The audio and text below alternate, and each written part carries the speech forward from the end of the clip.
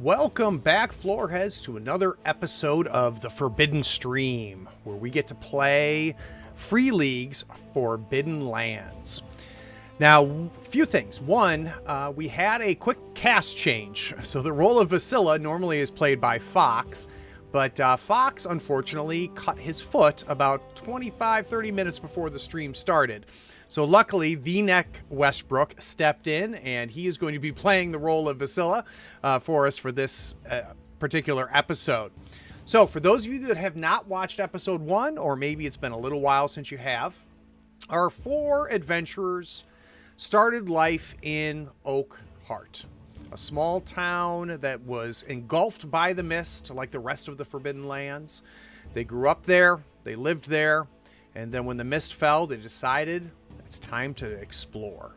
So they went southwest and they headed down following rumors of a town called the Hollows. And while they were there, they came across what turned out to be a bandit ambush. They successfully were able to fight and scare them off. They continued on, made camp, and spent their first night not at home.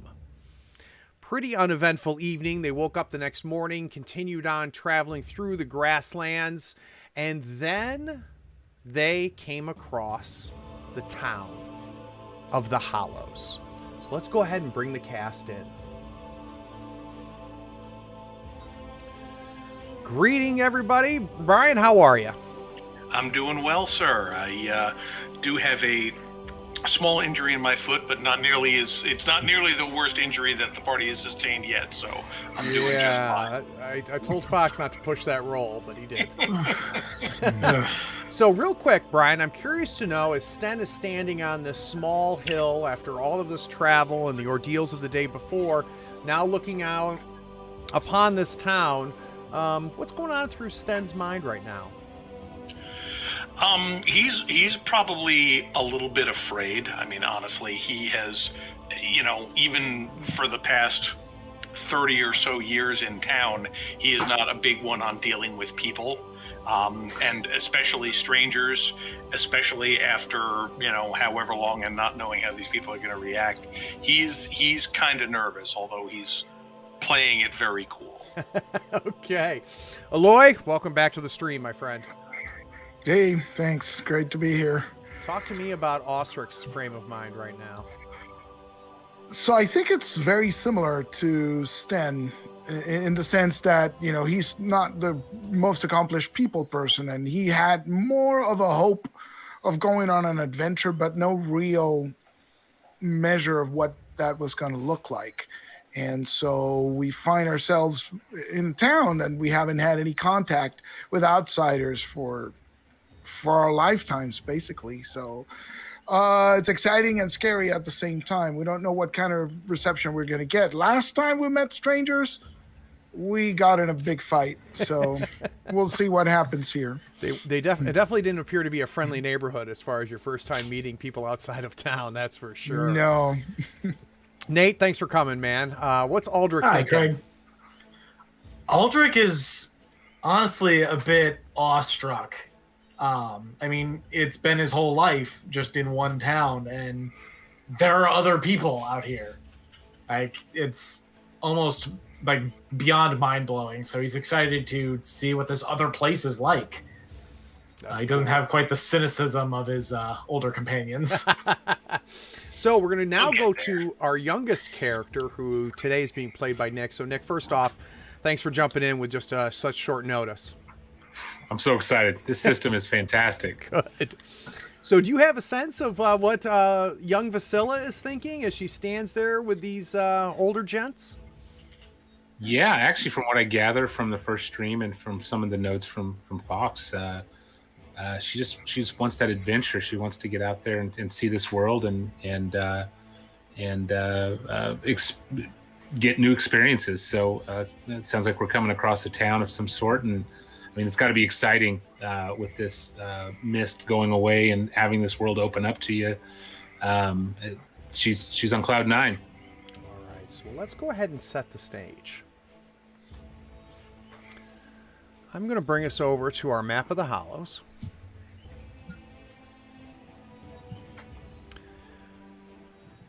On the map, you all are essentially northwest of the town.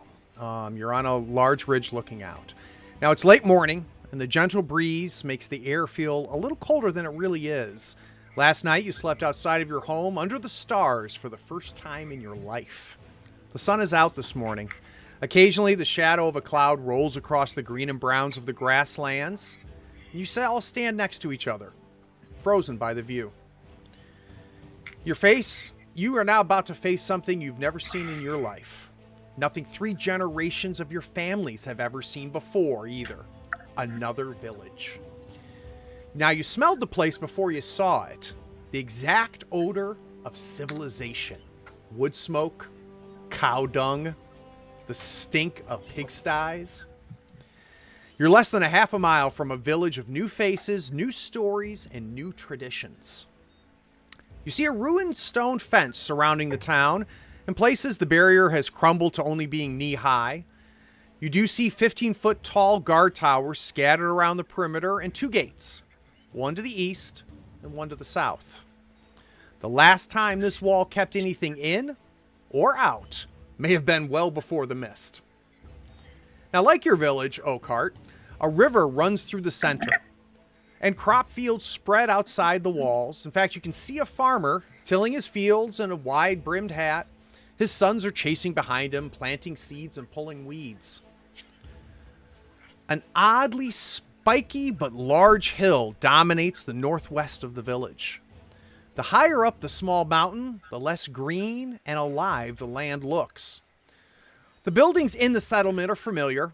Their walls made of wood and stone, roofs made of wood tiles or thatchings, much like Oakhart. A larger building close to you lines the river and has a dock on the river. And on that dock are scattered large barrels, and a few flatboats are secured. You're close enough to see heads moving and activity in the town, yet you're far enough away that it's unlikely anyone in town has noticed you. Sten, you've made a life of hunting, tracking and knowing your surroundings. Your constant sense of the situation earned you a reputation as an adept hunter. You are startled, probably more than anybody, by the friendly voice that booms from your right. "You 4 look lost!" Now he raises his voice so he can cover the distance between the two of you. "Welcome to the Hollows. Keep that child close until the stink of stranger wears off of you. The people of the Hollows can be a funny lot." You immediately turn to see a man in his early 40s walking towards town. He's about 100 yards to your south. You can see he wears something like a scarf over his shoulders. He's holding something by the front and hind quarters. It's a freshly killed buck. Behind him walk 2 boys, each carrying dead rabbits strung by their feet. And the man stands tall with shoulders wide enough to carry this prey. At his belt is a sword, and one of the boys carries arrows and a longbow that only that man could draw. He offers a nod, but doesn't appear too interested in a conversation as he continues with his young teens towards the Hollows. What are we going to do? Are they on this side of the river? They are on your side of the river. In fact, they're walking right along the river. So literally on the north bank of the river, and you're about 100 yards north of the river and about half a mile west of the town itself. Yeah. All right, well, Sten kind of looks around for a second, and then his gaze sort of falls onto Vasila. He's like, "Oh, she's not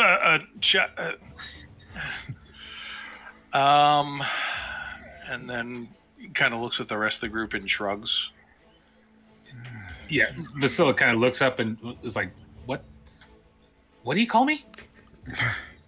I don't think they've seen halflings before, Vasila. I think that's new to them. Well, Let's just keep that on the down low.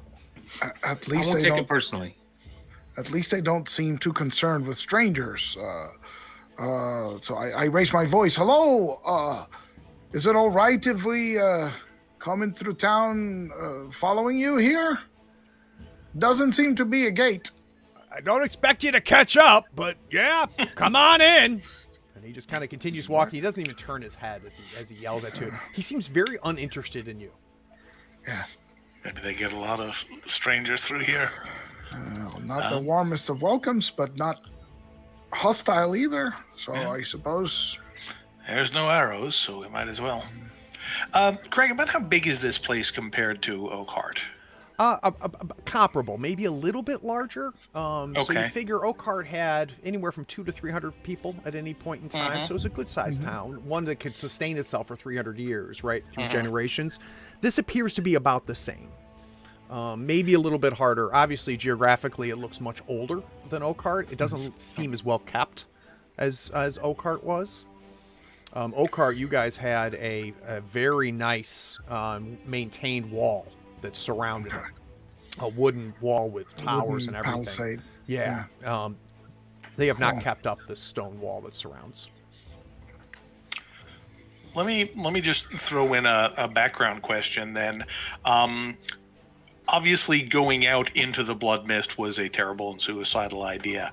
Was the palisade there because things would sometimes come out of the mist and attack? Or was it just kind of on general principles, you don't know if they might? Yeah, you never had like monsters or anything like that, but there would be wolves that would show up at times and, things like that. And I think there was a certain paranoia about the mist. There were some people that believed it was the fence that kept the mist out. That was never proven, and many disagreed with that as well. So there was some superstition around that. Okay.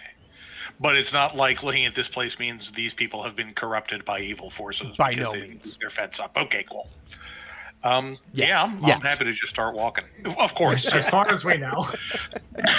There is no evidence suggesting that at this time. Correct. Right. So you guys are on the north side of the river. If you wanted to, you could just literally walk up to this wall and cross it. If you're interested in going to one of these gates, the one to the south, we'll have to cross the river to get there, which will take a little bit of work to do. The river itself is a good, I would guess, at least 30, 40 yards wide. It is not a raging river, but it's not a lazy river by any stretch of the imagination either. You could also head off to the north, circumventing the huge spiky mountain that's on the northwest of it, and then head off to the eastern gate as well, if that's what you would like to do. But our friend on this side of the river, he's coming in, or? He's walking just along the bank of the river on the north side. Right, so he's going toward the village. So I guess we could follow his lead, right? Wherever he goes into the town, we'll take the same route. That way we don't have to cross the river. Yeah, let's just follow him. Yeah. Them. Give me a sense of distance. Are we keeping a distance from him, or? There's no real reason to. I think we're not trying to catch up, I don't think, but Okay. So you guys follow, and obviously he's ahead of you, so he gets there before you do. You see him and the boys find a spot on the northern side of the bank where the bank meets the fencing there. They find a spot that's only about 2.5 foot tall, and they just step over it. He brings the deer with him, of course, on his shoulders. The two boys that are behind him, they hop over it as well. As you're getting closer, you can see that this fence runs up the mountain. You can see, like I said, at its highest points, it's maybe 5-6 foot tall, but there's only a couple spots where that's true. It is dilapidated, it's old, it's crumbled, and mostly covered in rosebush. So there's roses that have covered most of the wall itself. Vasila, you need a hand down there? Yeah, please. I'm having a little trouble getting over this tall Give her a wall. boost. So you get to the wall, and now you can see people. So you can see homes and fences. A couple of people are keeping chickens. You can see close to the house itself. Just directly on the opposite side of the river, and if you look on the map, you can see this large mill with the wheels turning. That has some smoke coming out of it, and no signage or anything like that. No real activity there. But just farther down east on the south side of the riverbank, you see another large building, and that is where you can see the docks, where you can see a couple flatbed boats are tied up to the docks. You can also see there's large barrels that are stacked on the docks itself. And you actually see, while you're standing there, two gentlemen come out of the front door and are carrying a barrel. You see them set it down on the dock, and they head back in. Hey, Craig, which direction is this river flowing? It is flowing east. East, okay.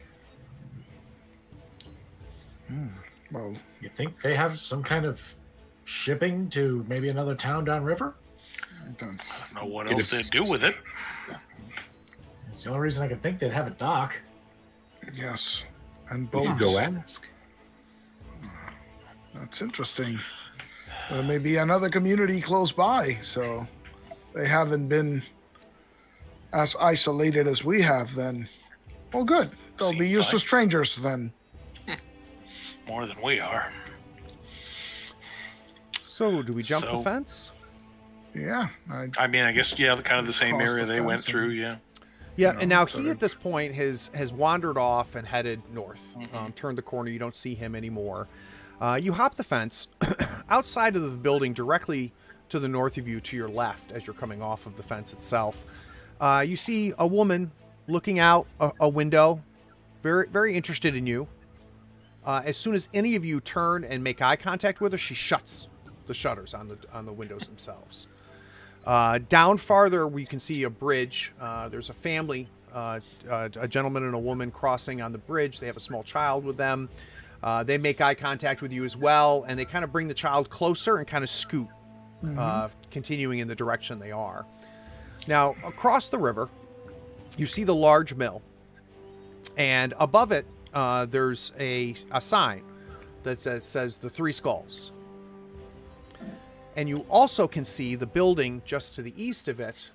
There is a sign that says Three Skulls Tavern. Well, that is somewhere we can go.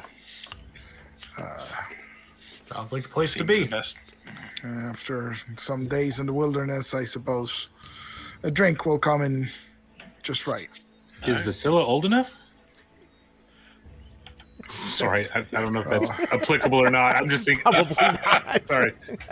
Sorry. Back in Don't RPG think mode. anyone cares. Yeah. Did you bring your ID It's with like- you, Vasila? It's like I left it on the Europe. plane. I'm sorry.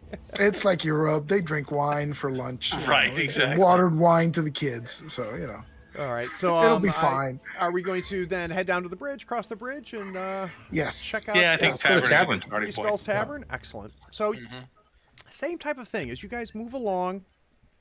You notice a few things. One, the buildings are in different stages of repair and condition. Some of them looks like they've been kept. Some of them look like they've, been neglected. Anybody who sees you without being too obtuse about it kind of gets out of your way. Doesn't seem to be interested in getting within 50 or 100 feet of you.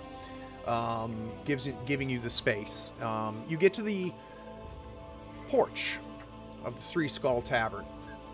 It's got a very large sign hanging, swinging, and advertising the Three Skull Tavern. On the door, which is closed, you see a hand-scrawled, hand-painted sign that's been kind of nailed to the door. And it strictly says, "No dwarves."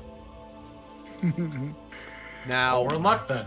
none of you have actually ever met a dwarf. There was no dwarves in Oakhart, but there were tales of dwarves. Beings much like halflings in size and stature that lived and mined and were, great with metallurgy and things like that. But things of legend, but not legend like Dragon's Legend. Like things like you believe dwarves existed before the mist. You just have never met one or seen one. Yeah. So I walk up right to the door, and I guess I knock, and There's a bell, If there's there's a bell, Yep. so I'll kind of Sten kind of gestures to Vasila to sort of stay behind in case maybe they aren't that familiar with halflings. We don't want you to be mistaken for a dwarf. so I knock, I ring the bell and pull down my hood, right, waiting to see if we are. You ring the bell, don't really see a reaction. As you go to knock on the door, though, it's open. So as soon as you knock, okay. it swings open. And you look into it, and it is a long tavern. On the far left side, you can see a bar. tavern bar. There's several tables in the center of the tavern. There's an open pit that is cooking pig, and you can see the smoke going right up to a chimney that's at the very top of the roof itself. There's a couple people sitting and drinking at some of the tables. There's two gentlemen at the bar itself. They turn, they look at you, and then go back about their business. The thing that surprises you, though, is the bartender. The innkeeper behind the bar is a short man, a stout man with a wide face, clean shaven. And Aldrich, this matches up to what you believe and read of a dwarf. Huh. He gestures All right. in. He goes, "Come on in, strangers." Don't mind if we do. Go in. Now he Yes. he looks at Vasila, and you can see him sizing up Vasila. She's not a dwarf, is she? No, she's not. And she's a halfling. A Priscilla halfling. speaks. Yeah, she speaks for herself. No, sir. I am not a dwarf. I am a halfling. I am not sure whether we feminine believe that halflings existed or not. Excellent. Come He's a on in. musician, too. A damn good one.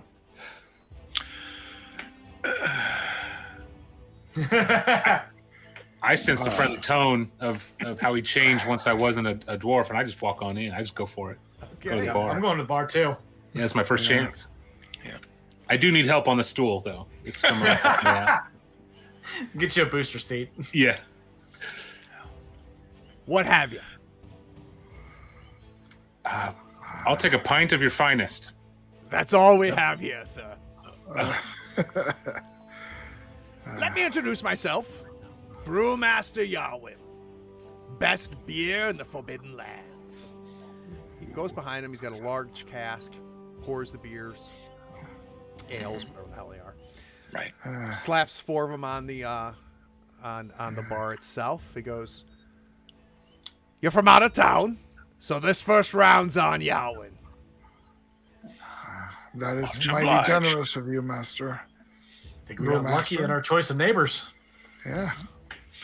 Just kind of takes it, sniffs it in what is to him not trying to be a suspicious way, but is totally a suspicious way. Sure. And then if it smells like beer, he'll sip cautiously. Not only does it smell like beer, and you had a brewer Mhm. and an Sure. Oakheart, and it was perfectly fine.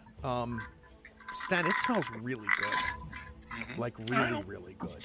Definitely have you- some then. Yeah, you take a sip of it, and it's hands down the best damn beer you've ever had.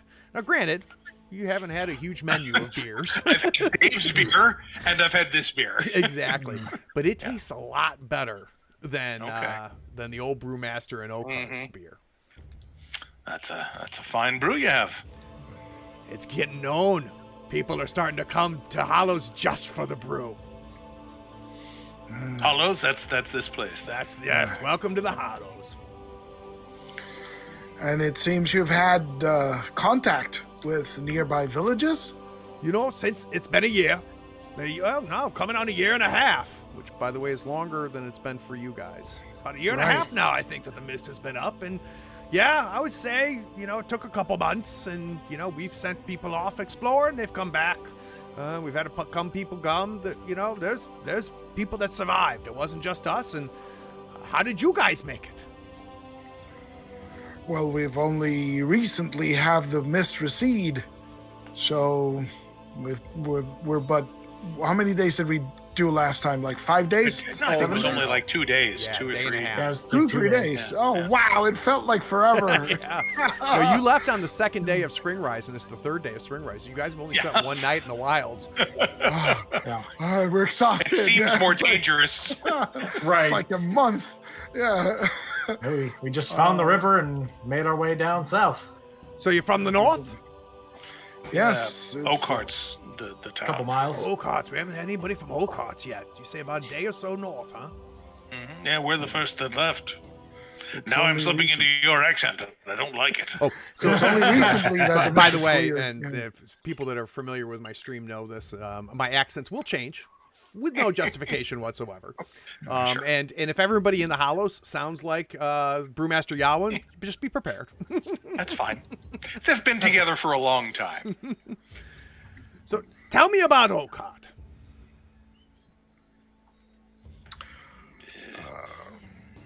Not much to say, really. Just small Slight- town. Mostly strive on a little bit of farming, a little bit of hunting, this and that. Peaceful? Has For the been. most part. Who runs the town? Who does Do we from know it? that? Exactly. Yeah. Your town, you tell me. We're in a Oh, we're in an okay. anarcho-syndicalist commune. Did you have a king? Did you have a mayor? Council of Elders mostly. And everybody got along okay. Pretty More or much. Oh, good. It's a Good, small good. place. Are you surrounded hungry? by the mist. So, oh yes. Oh, absolutely. Have a Good seat. I'll eats. bring some Good pig eats. out for you. That pig smells damn fine. It does too. So while he's gone, I lean over to the other guys. I say, I only have 6 pieces of copper to my name, so I've got some silver. Don't worry about it. well, I'm much obliged then. We'll see what the prices are like out here. So as you sit down, again, nobody's giving you the stink eye or anything, but nobody's really, you know, they basically size you up. And then just continue on with what they're doing. None of these people look at all like the bandits that we ran into, did they? You have not seen any of these faces before, as best as Good. you can tell. Because Sten is surly and antisocial enough that he probably suspects that they're in cahoots somehow. So They're all Welcome he'll to keep the his eyes open. Exactly. Yeah, no, anytime any of these people kind of like sizes up, look at us, you know, Aldrich just gives him like a little dopey smile and a wave. Yeah, Sten's just kind of more of a... So you guys sit at the table. Yawen brings out some plates, and he thanks for the subscribe, F3. He brings out some plates and sets them down for you. He goes, "We'll settle up at the end. Who Thank needs a you. refill?" I'm good for now. Take one if it's all right. I couldn't help but notice the barrels and the boats on the river. Is there trade to a nearby town There by isn't river? yet, but it's coming. I'm getting ready. I'm gonna start trading beer. We're gonna open this town wide open. I just have to deal with a couple things to get things straightened out. And as soon as this whole taxes thing is sorted, yes, we are going to be open for business. We'll be trading up and down the river. Who's charging taxes? The old witch that runs the town. Miss Palmer. Now, when you say witch, are you speaking metaphorically? So, she doesn't ride a broom, if that's what you're asking. But if I found out she ate children, I wouldn't be surprised. Nice, Craig. Yeah, that was nice. And you've made contact with the village to the east? No, I haven't yet. Now, I've heard people coming and going. Don't even know, how far it would be at this point. But I figure, on a river like this, more likely that we'll find, other villages. So my hope is, once I get the definitely. taxes stuff straightened out and get Miss Palmer taken care of, that I'm going to send out a couple of the boys. We're going to establish some trade. I know I've got the ale they want. And like I said, let's get that. It's time to open up the hollows. I don't suppose anybody's made a map of these other towns people have been finding. You may want to check with the game master. He might have some maps for you. But no, I've never seen one. But a big guy, couple sons. Yeah, he's a big boy. Yeah. I think we met this gentleman. But he does it good. He keeps us with meats, right? If I'm ever looking for some wild game, I just check with Vike, and Vike will get me what I need. And he likes the beer. Yes. Can't blame him. This is a mighty fine establishment you have here, Brewmaster. Is the mill back there also yours? It is. That's where we grind the grain. That's where I brew my beers. Top secret recipe. I see. I see. Well, then, I take it you've never had dwarven ale before.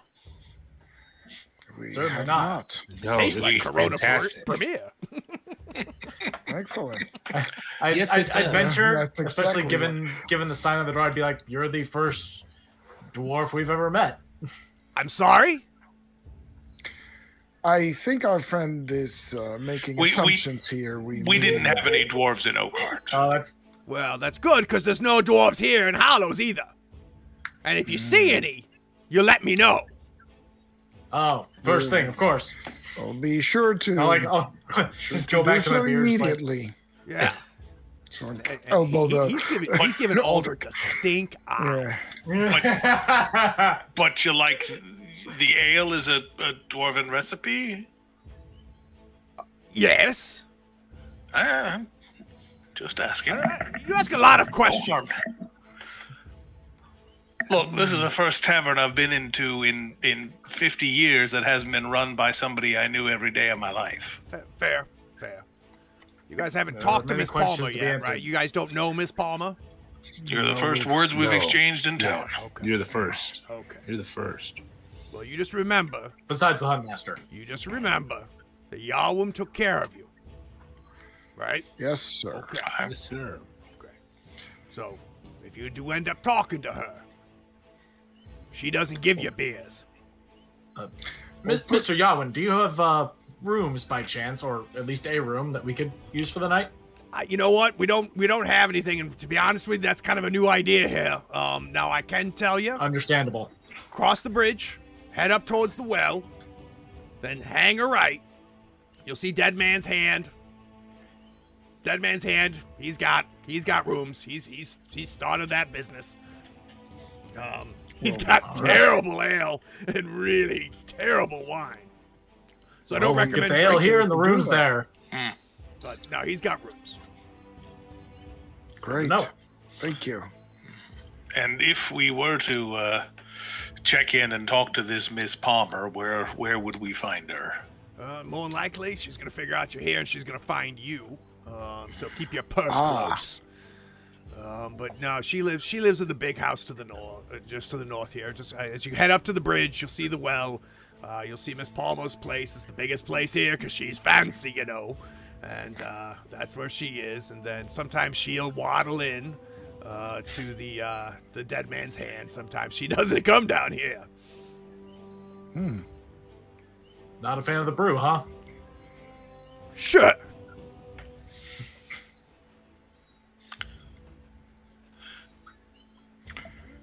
Sten looks like he's about to ask a question and then just shakes his head. Yeah. So All right. So you I guys wait until he leaves. Yeah. So he walks away. Please. Yep. So once he leaves, I lean over to the rest of the guys, right? And I look him, say, he's already planning a business, and he doesn't even know if there's a town to the east. We might offer our services once we're ready to leave this place and scout out to the east and see if we can find this town that he's talking about. He might give us provisions for the journey in exchange. Might even want to know where, a good route to Oakhart if he wants to make the trade. I know some folks would be eager for a change in the beer. That's an excellent idea as well. Now that we know where this place is, we could probably even map a faster route. Because we kind of went out of our way to get to the river first. True.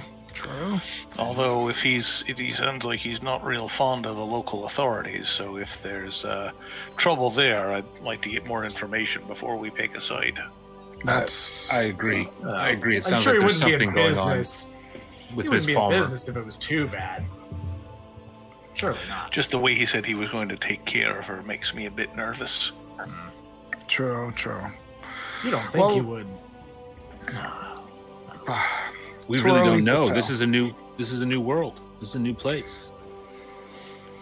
Just Well, saying. Folk at outside least- of Oakheart haven't been all that friendly so far. At least it looks like we have options in exchange for food and provisions. We might make something out of this journey yet. Indeed. So he comes back to the table and sees that you guys have done a pretty good job on the pigs.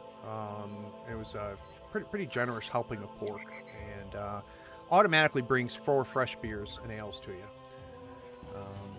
He says, "Little girl, I see you got a little stringy plaything there.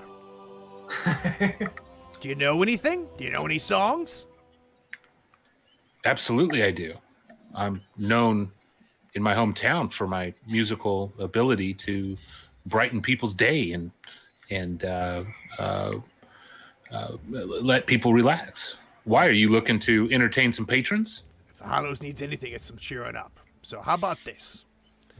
Your little breakfast here, and the beers are on me. I want to hear a couple tunes, and then we should maybe talk later about some nightly entertainment. May remind people that the Three Skulls Tavern is the best place to be for some cold ale. I look at my party mates with this glee and excitement to finally play some music for people that want to enjoy it, not escaping the horrors of outside world and bandits. And I nod with this big, wonderful, bright-eyed, and holding my coin in my purse. Does she have a purse? Or whatever it is. Right. Making sure that it stays there. But yes, absolutely. All right, so Vasila, you walk into the middle of the tavern, of the Three Skulls Tavern, and of course you start playing. Immediately, it doesn't take long because you're very, very good at this. And heads turn, and the whole room warms from your performance. The people that were paying no attention to you now have kind of turned their chairs and are very vested in the song that you're singing and the tales that you're telling through your songs. You see Yawam kind of leaning back a little bit against the bar.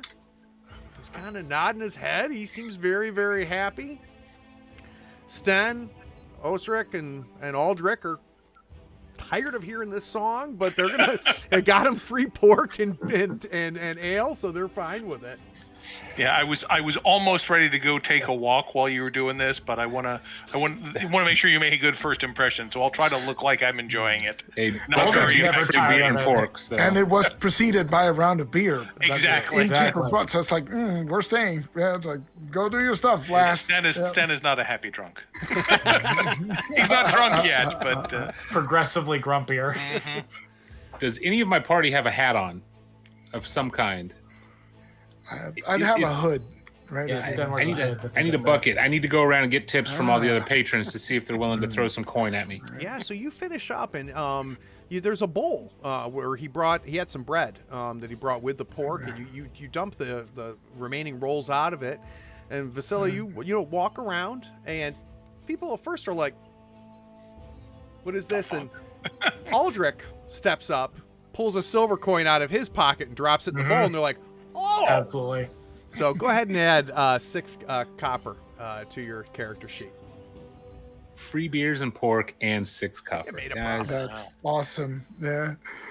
you're welcome, Fox. So no rolls today. You guys are covered for the third for both drink and food. oh, good. Oh, okay, cool. Fabulous. Yes. And I would turn to the brewmaster and be like, "I told you she was good. She's damn quite good. She's quite good. So I know you'll probably be staying up at the Dead Hands, and no reason to play for Olm. He doesn't get enough traffic. You'll make much more money. Come down here, play here at night. He'll explain the bells to you and everything. So be careful as you're traveling. But you can play here at night.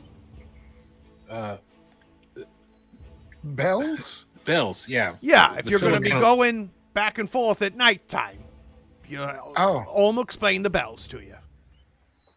To be safe. Oh, all right. All right. Okay.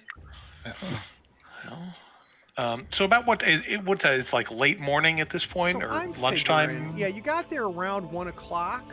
Okay. Let's Oh, say okay. about an hour or so has passed. So let's say it's about 2:30 in the afternoon.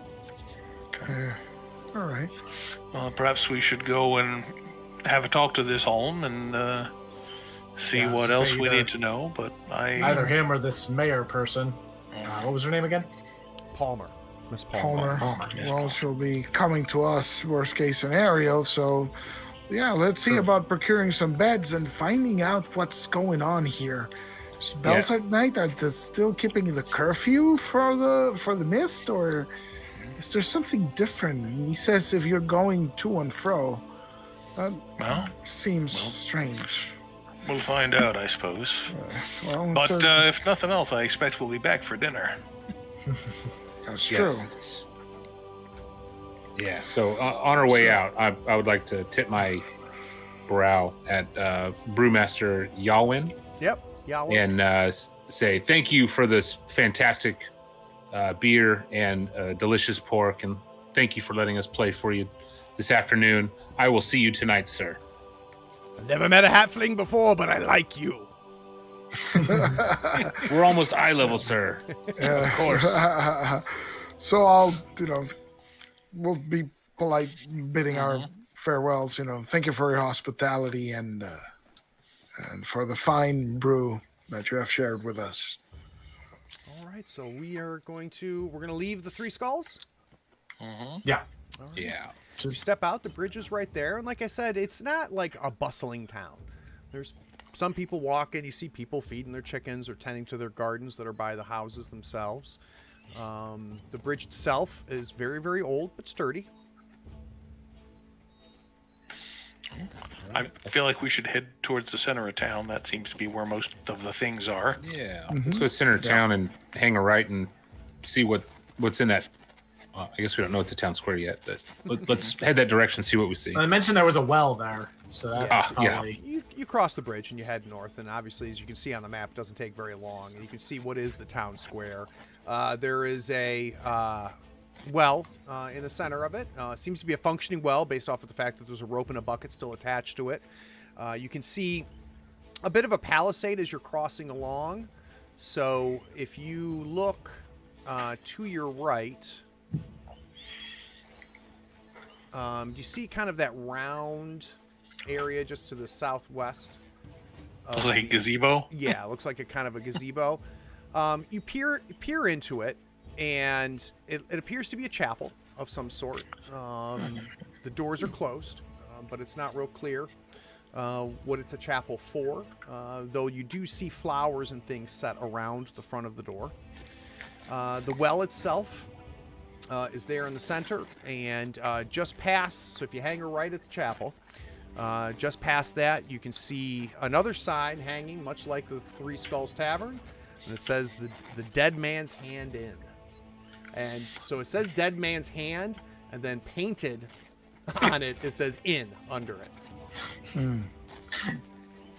They have a very morbid naming convention going on here. Skulls, now dead man's hands. That seems strange. That is strange. Wonder if there's maybe burial grounds or something nearby. So from there, you can see to the far, far north, past the row of houses there. If you see it on the map in the northeast corner, you can now see what looks like an old graveyard. You also now, for the first time, get a view of Miss Palmer's house, which you assume to be Miss Palmer's. It's the nicest home that you've seen so far. It is 2 stories, which you've only seen two other 2 stories, and that was the mill.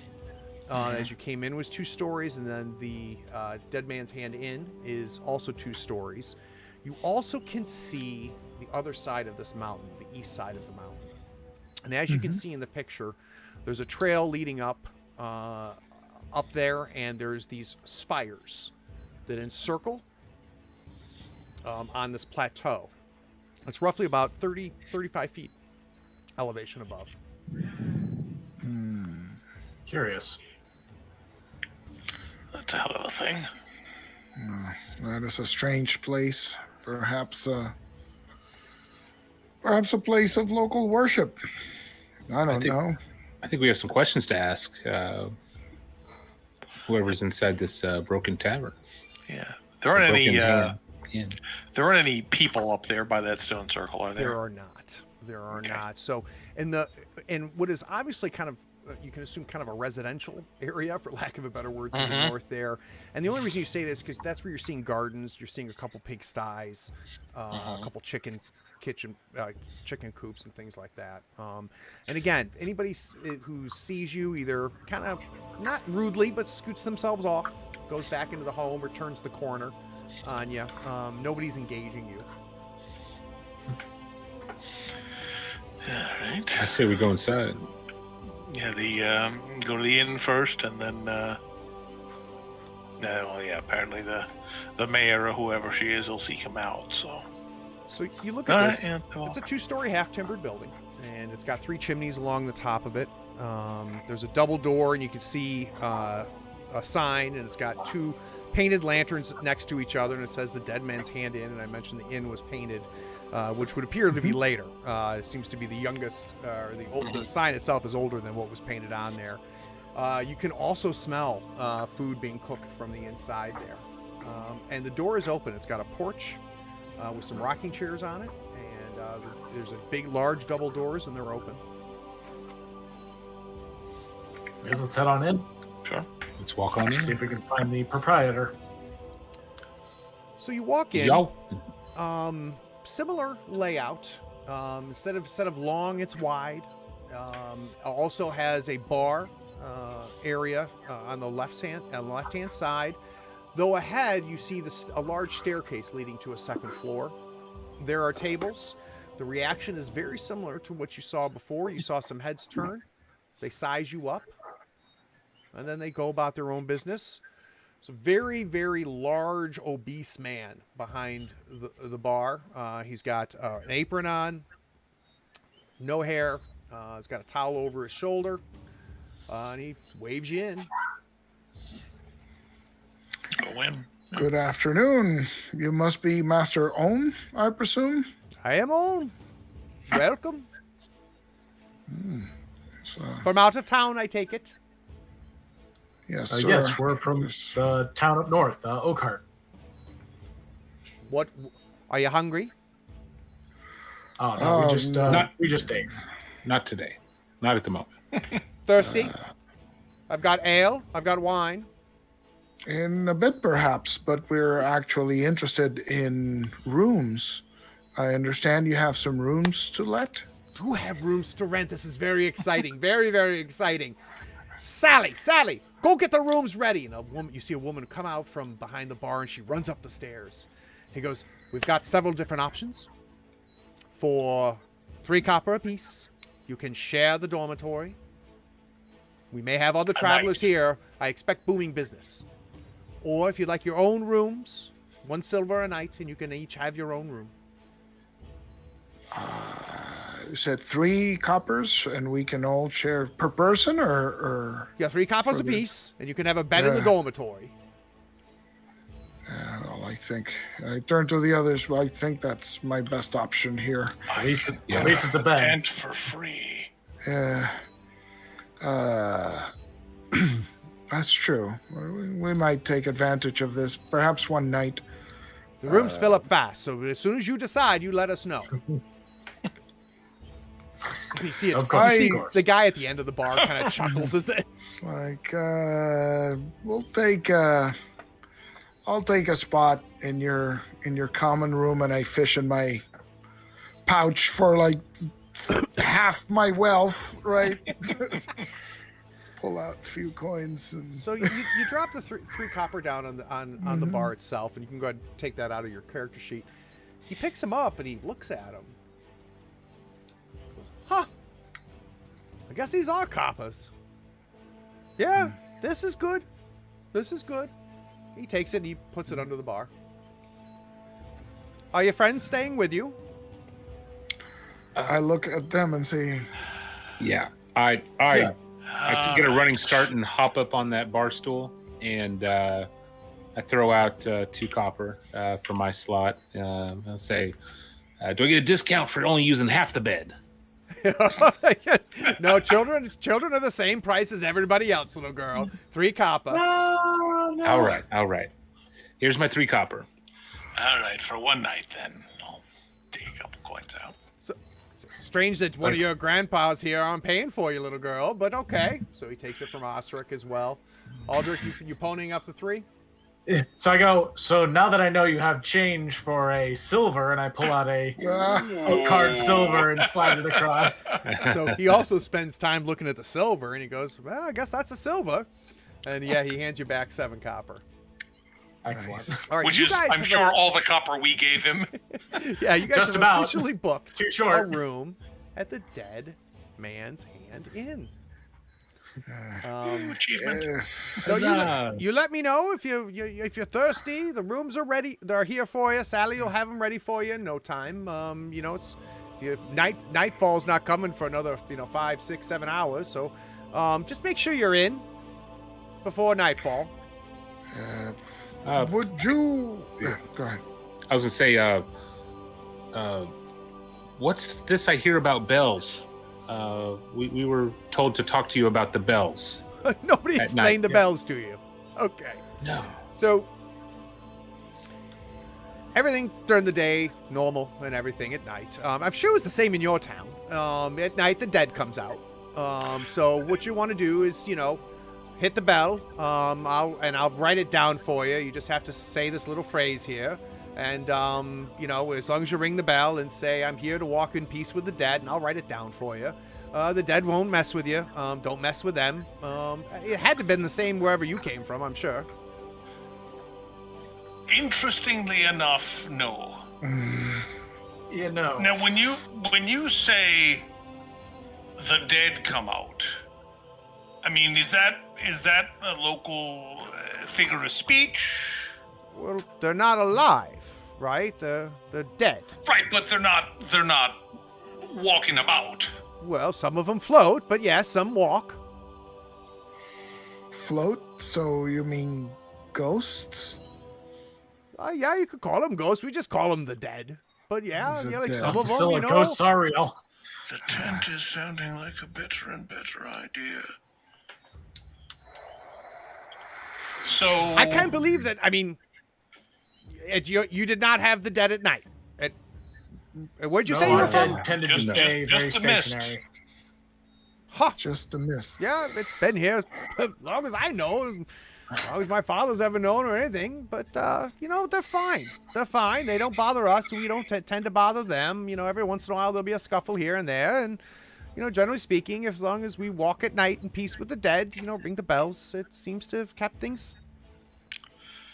So do you ring the bell if you're walking outside at night? I mean, if we're in. If you're inside here, you're fine. Inside? You're with the living, right? You're with the living. But if you're gonna step outside, that's at night. That's their territory. And if you just ring the bell, say you're walking in peace with the dead, and every once in a while you'll get a prankster, right? You'll get a prankster that'll come up and try to stir stuff with you. Just ignore it and keep walking and just. Living pranksters or dead? Oh no! I explained to you, sir. It's the dead. The living are fine. You don't have to worry about it's the dead. That's all that you have to worry about. Well, that's not true. There's some living in the hollows you have to watch out for as well. But at night, it's So, generally the unrelated dead. question: the spires up on the top of the hill. Just what's up with that? You know what? Nobody's been up there for 2 generations. Couldn't tell you. Understood. Well then. Thanks for the bits, Doug.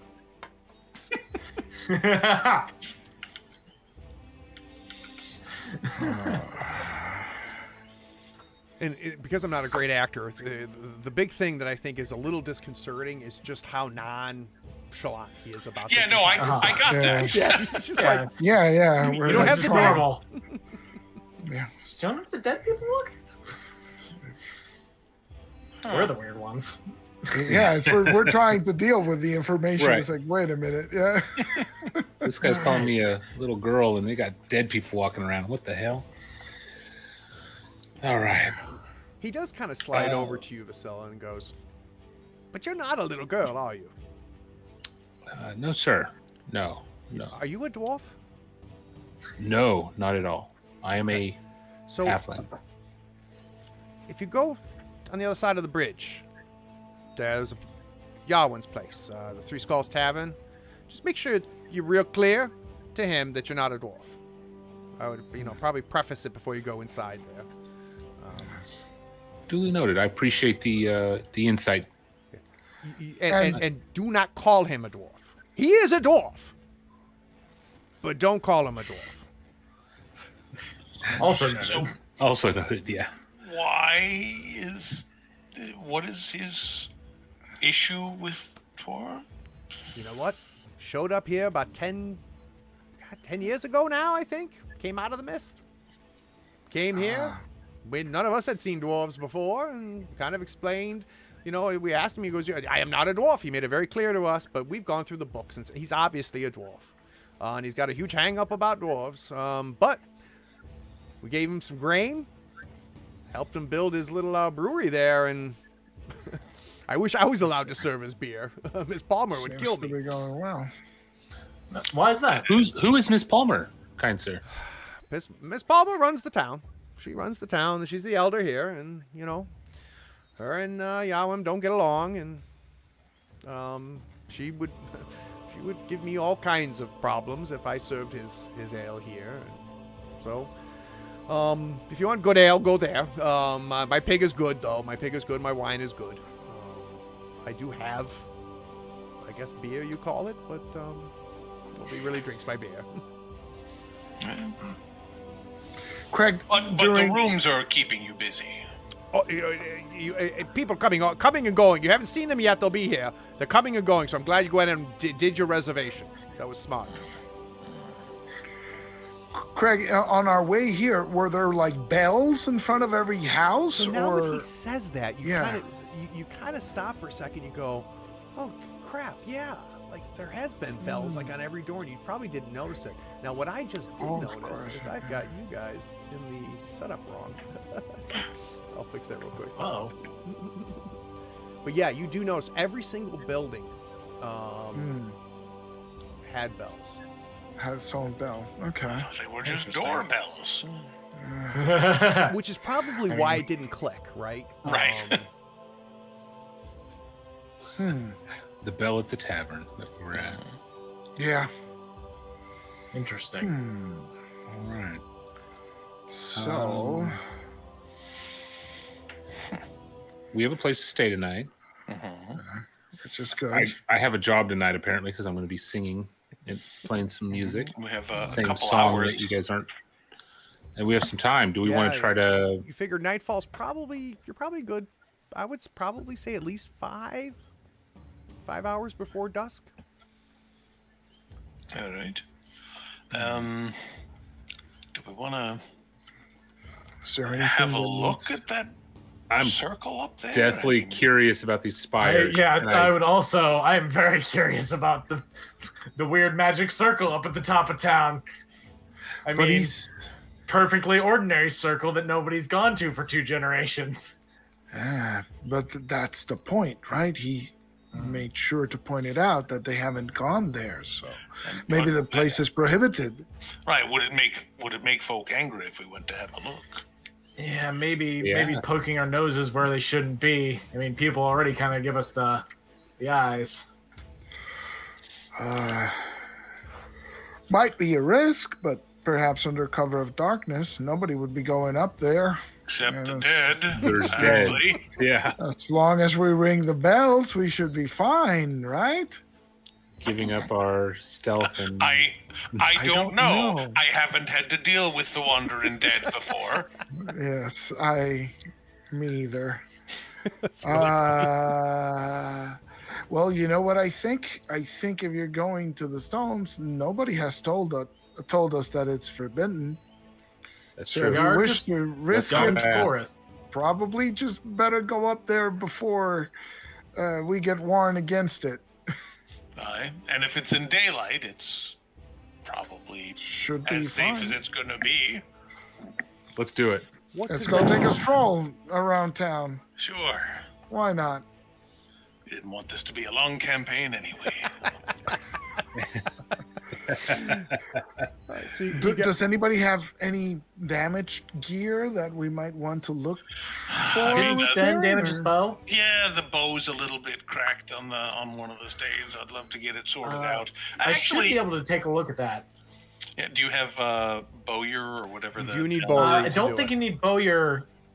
Do you? Because I thought you just needed that to make bows. Oh, you know what? You might be right. That might be just to make a bow. Crafting can fix anything. Yep, I'm good with that. Yeah, if you think you can touch it up, that'd be. Yeah, let me take a look at it real quick appreciative. before we go out and potentially get into some weird situations. So it would, Aldrich, it would take you a couple hours. Okay. So you look at it, and you definitely are capable of it. As soon as you want to spend a quarter day, and you want to roll crafting, we can have you fix that bow. And we can do it now and head into evening if that's what you'd like to do. If everybody wants to go up to the dorm. But then we can't go up the hill. We got to go up the hill. Yeah, you can have a damaged bow. Let's go up the hill during the day, and we can deal with the bow at night. We'll deal with the bow later. I'm sure it'll be fine. Do you want the extra short bow I have just in case? No, this one's fine. I mean, it's still perfectly functional. It's just a smaller bonus, but as long as I don't damage it further. Bonus. Dad Dad joke. Can we draw on this map or mark it somehow? You know what? I don't know if you can do that in Foundry or not. Do you have tools on the left-hand side? Yeah. Check See if it has the pencil tool for you. I know it has it for me.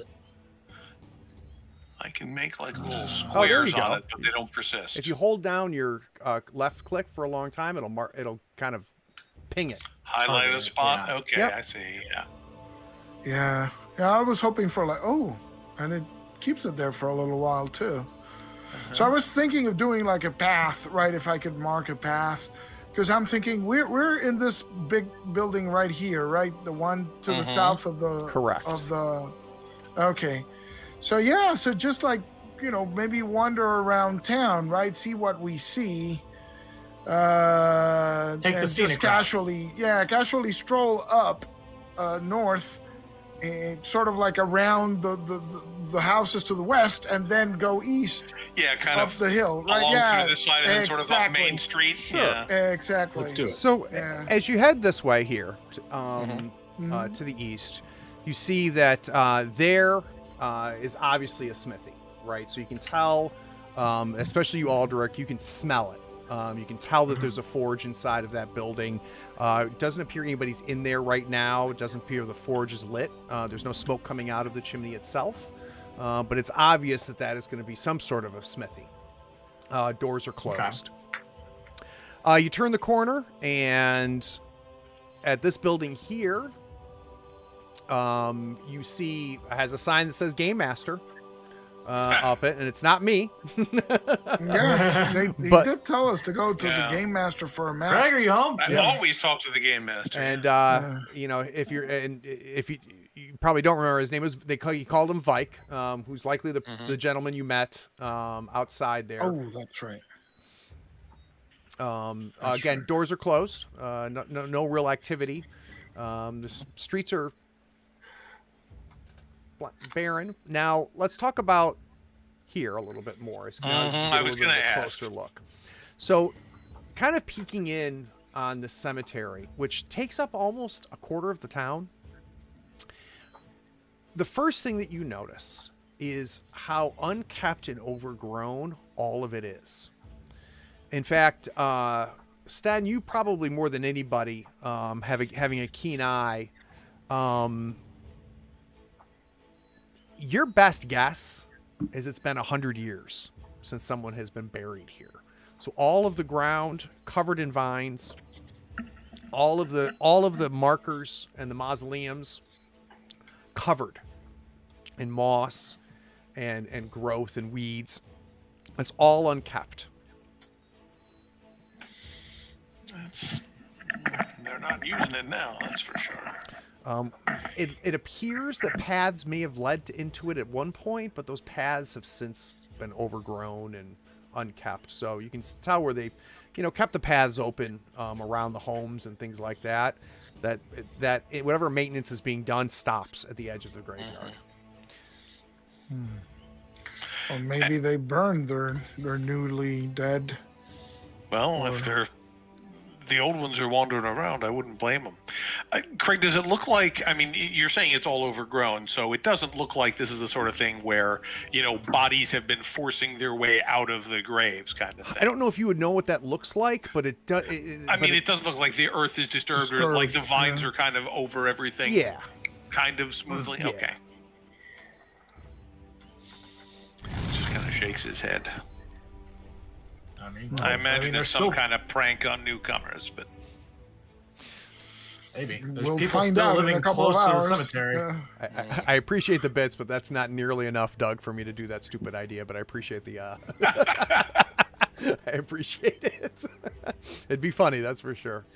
So that's what you're seeing there. The other buildings there just appear to be residential. Nobody seems to be too interested in spending any time with you or engaging with you. You can, of course, see up the hill. That path leads up, like I said, about 35, 40 feet. And you see these black, they're rock, but they're just teeth shaped. There's about 12 of them that they're in a circle. And from there, you can see at the very, very tip of it, you can see there's some sort of object in the center of it as well. But from where you are, you've only seen the tops of all of this, right? Because it's good, like I said, 30, 40 feet above you.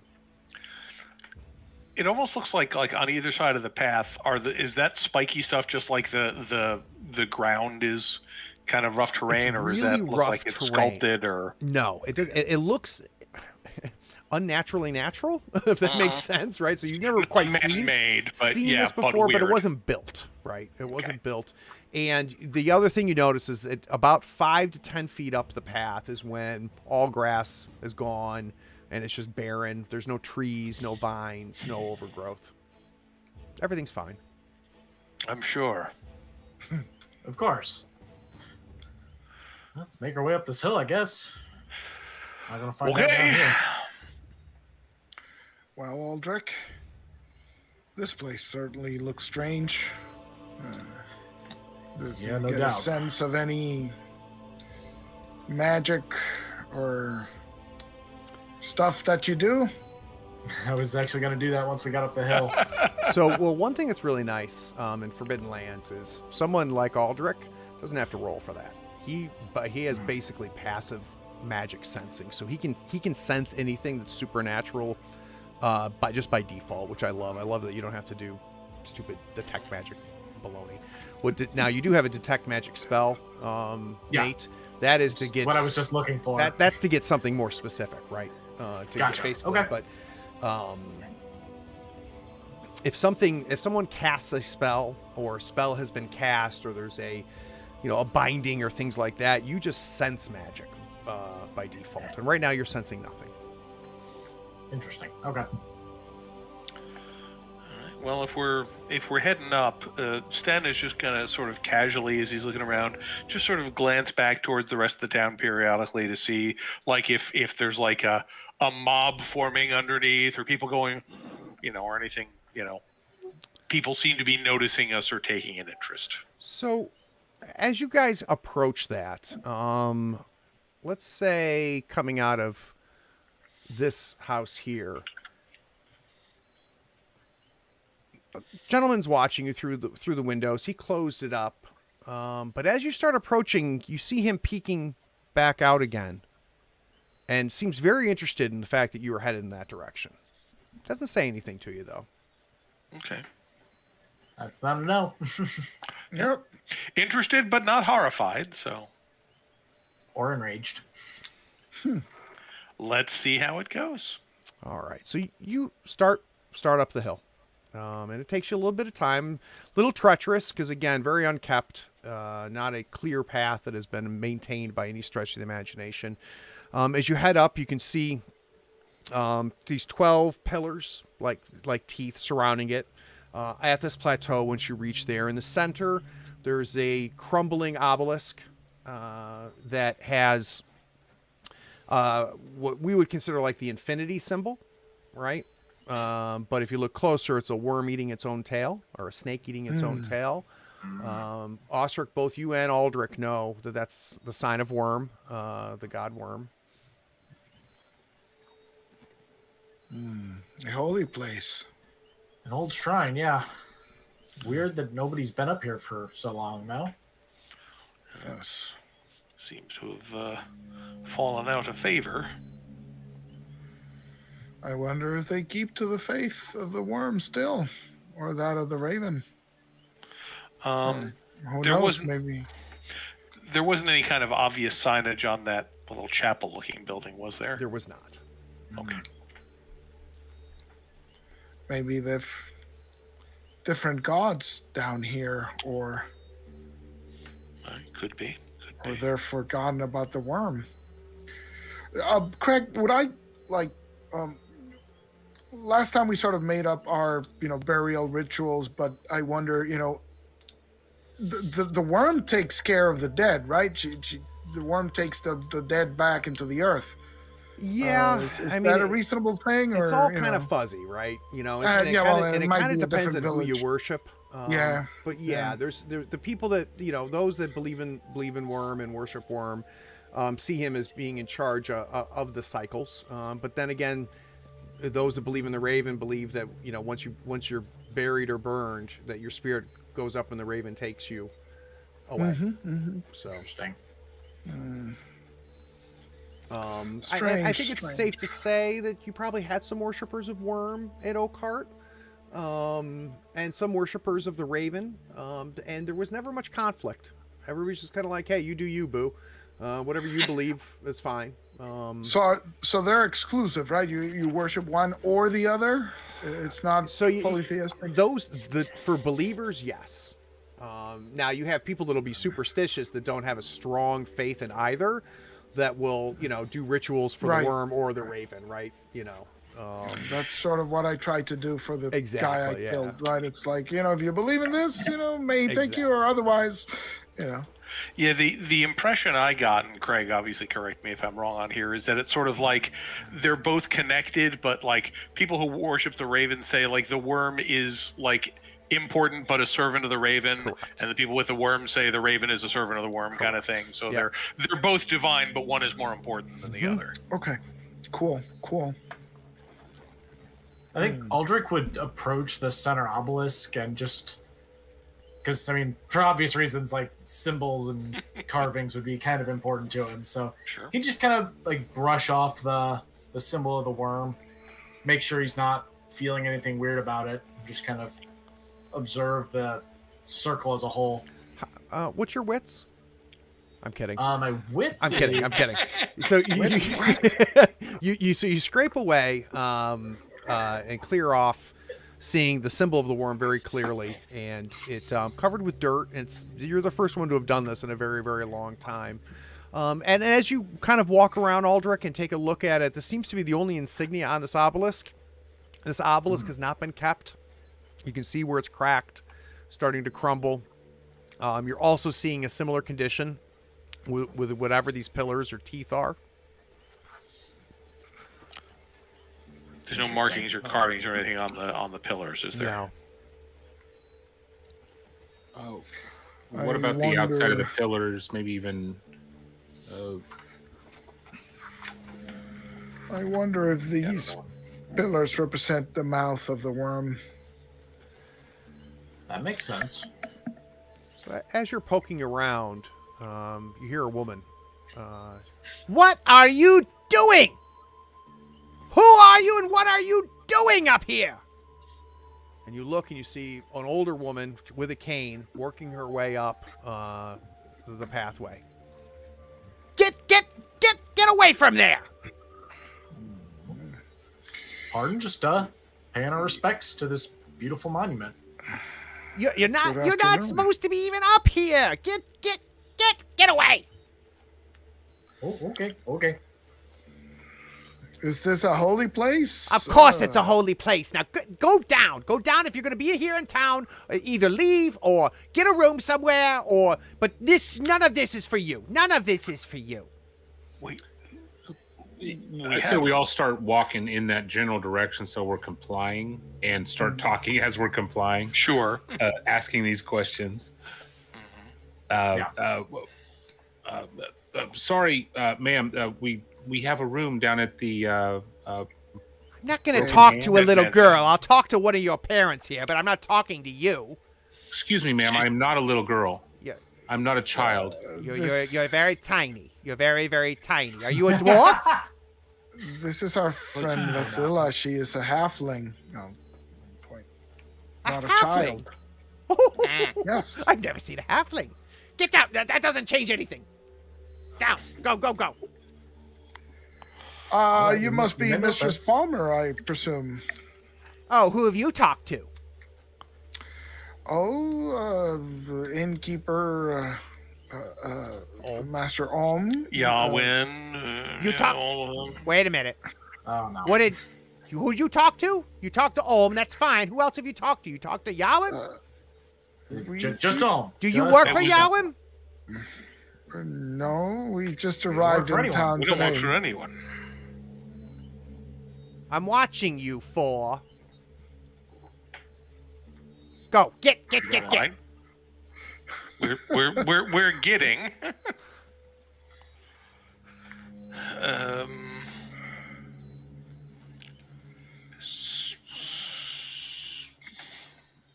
Yeah, I just walk. I got nothing to say. Yeah.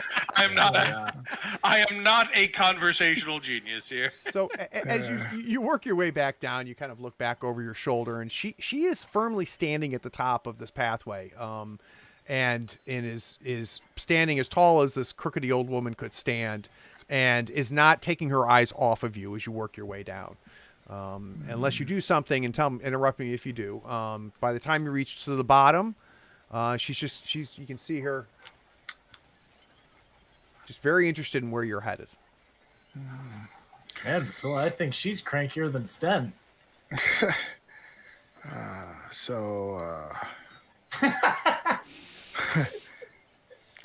Aldrich, perhaps we should make our way to that strange place of worship that we saw near the well.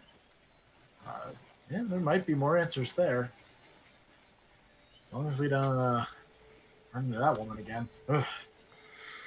Ugh. It's in the middle of town. I doubt it's forbidden, but, well, I guess we're on our chances. I suppose. I mean, she seems to have a real strong idea what we should and shouldn't do. Maybe we should get her opinion on what strangers I'm sure in she'll town let us should and know. shouldn't be doing. I suppose. We might want to talk to her after she's done being upset and frustrated and irate at us. Maybe we let her sleep on it and we talk to her tomorrow about Listen, it. I know folk like that. They don't forget. Not much is true. When you get old enough, grudges are all you have. So I don't fancy talking to her again like this. All she's gonna do is scold us and tell us to get lost. So Yeah. I'm already on Team Yawin. I'm liking my Right? first idea, and Yeah. yeah, well, we can work for Yawin. Yeah. So, when you said you wanted to get rid of her, what did you mean? Yeah. Exactly. Details?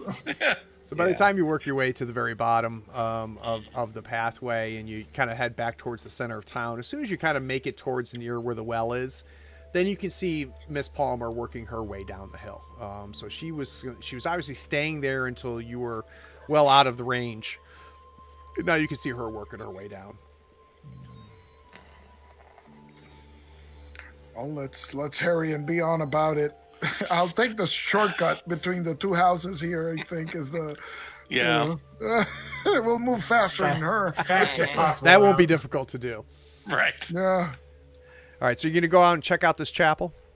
the gazebo Yeah. thing. Yeah. So you get there, and it's got a pointed roof and wooden columns that surround it. There's an inner chamber there, but the door is open. And if you look inside, you see a stone floor, and you can see essentially four, not really statues, more like four obelisks, but engraved on there, you can see the worm, which is the same as what you saw before. You also see carved on there what Aldrich knows as Whale, which is another god, far more obscure, one that you never saw worshipped. You only heard tales of. and it's a face with its mouth like wide open. Whale like in Scream, not Like whale like scream. in. Yeah, not as in fish. Okay. Oh, or mammal. yeah. Got it. Right. Okay. WAIL. Right. Then you also see a symbol for water, and Aldrich. No need to roll for this. And actually, Vasila probably helps you out a little bit too. That god you've heard called Flow, and then the last one you can see is a skull, and you've known that symbol to represent the Nightwalker. So these are gods that you've heard talked about. Now in Oakenheart, you've only really Raven and the Worm. You're seeing no symbols for the Raven here, so it's just the Worm, Whale, Flow, and then Nightwalker. But you're only familiar with people that know Worm, or worship Worm, I should say. This obsession of death seems to run deep with the town. Do you know these other gods, Aldrich? Yes, we have, of course, the symbol for the worm, Aye. the god Whale, Flow, and the Nightwalker. Nightwalker. Which god is that? What would we know about the Nightwalker So from stories? scary stories, tales of the Nightwalker taking children. Nobody worshipped, like I said, in Oakenheart, worshipped the Nightwalker, but if you weren't good, and if you didn't stay in bed, the Nightwalker would come out of the mist and would take you. So, But it was nothing. It was nothing any of you God. took seriously, right? right. Right. Yeah, right. It was the boogeyman. Yeah. So, but this town actually has things that walk in the night, apparently, which is That tracks. That's why I ask. It sounds suspiciously like what seems to happen here at night. Walkers at night. I What about wonder if Whale? there's a Whale's connection. interesting. Yeah, it's a god who. Because I would assume Flow is of the water, obviously. But yeah, what of Whale? Don't know much about it. Just tales of people Okay. that would worship Whale, and you don't really know much about Whale as a deity or a legend. Strange. Like I don't even know if you would know Whale necessarily to be a god per se. Right. well, they don't seem any too fond of the Raven. Yeah.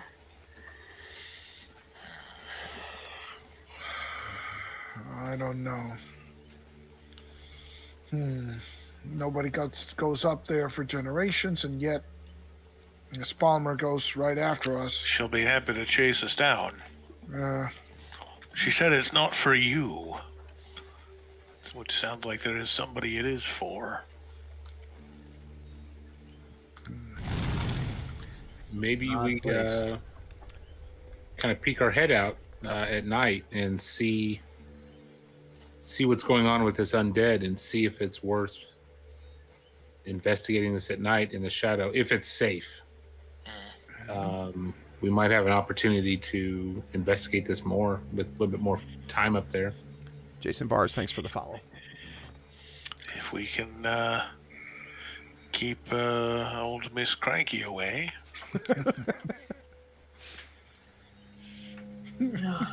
Let's head back to the inn and ask some more questions. I mean, these guys have been here for a while, and we might be able to get some more info about what this shrine or whatever it is from the locals. And we could ask about their burial customs, since the cemetery seems not to be used. Or we could get the hell out of here and just find a town for. Or keep our mouths Full shut. of less crazy and- people. Aye. and- Yeah, I and, heard undead. I'm apparently a little child to these people. I probably should get out of here as soon as possible.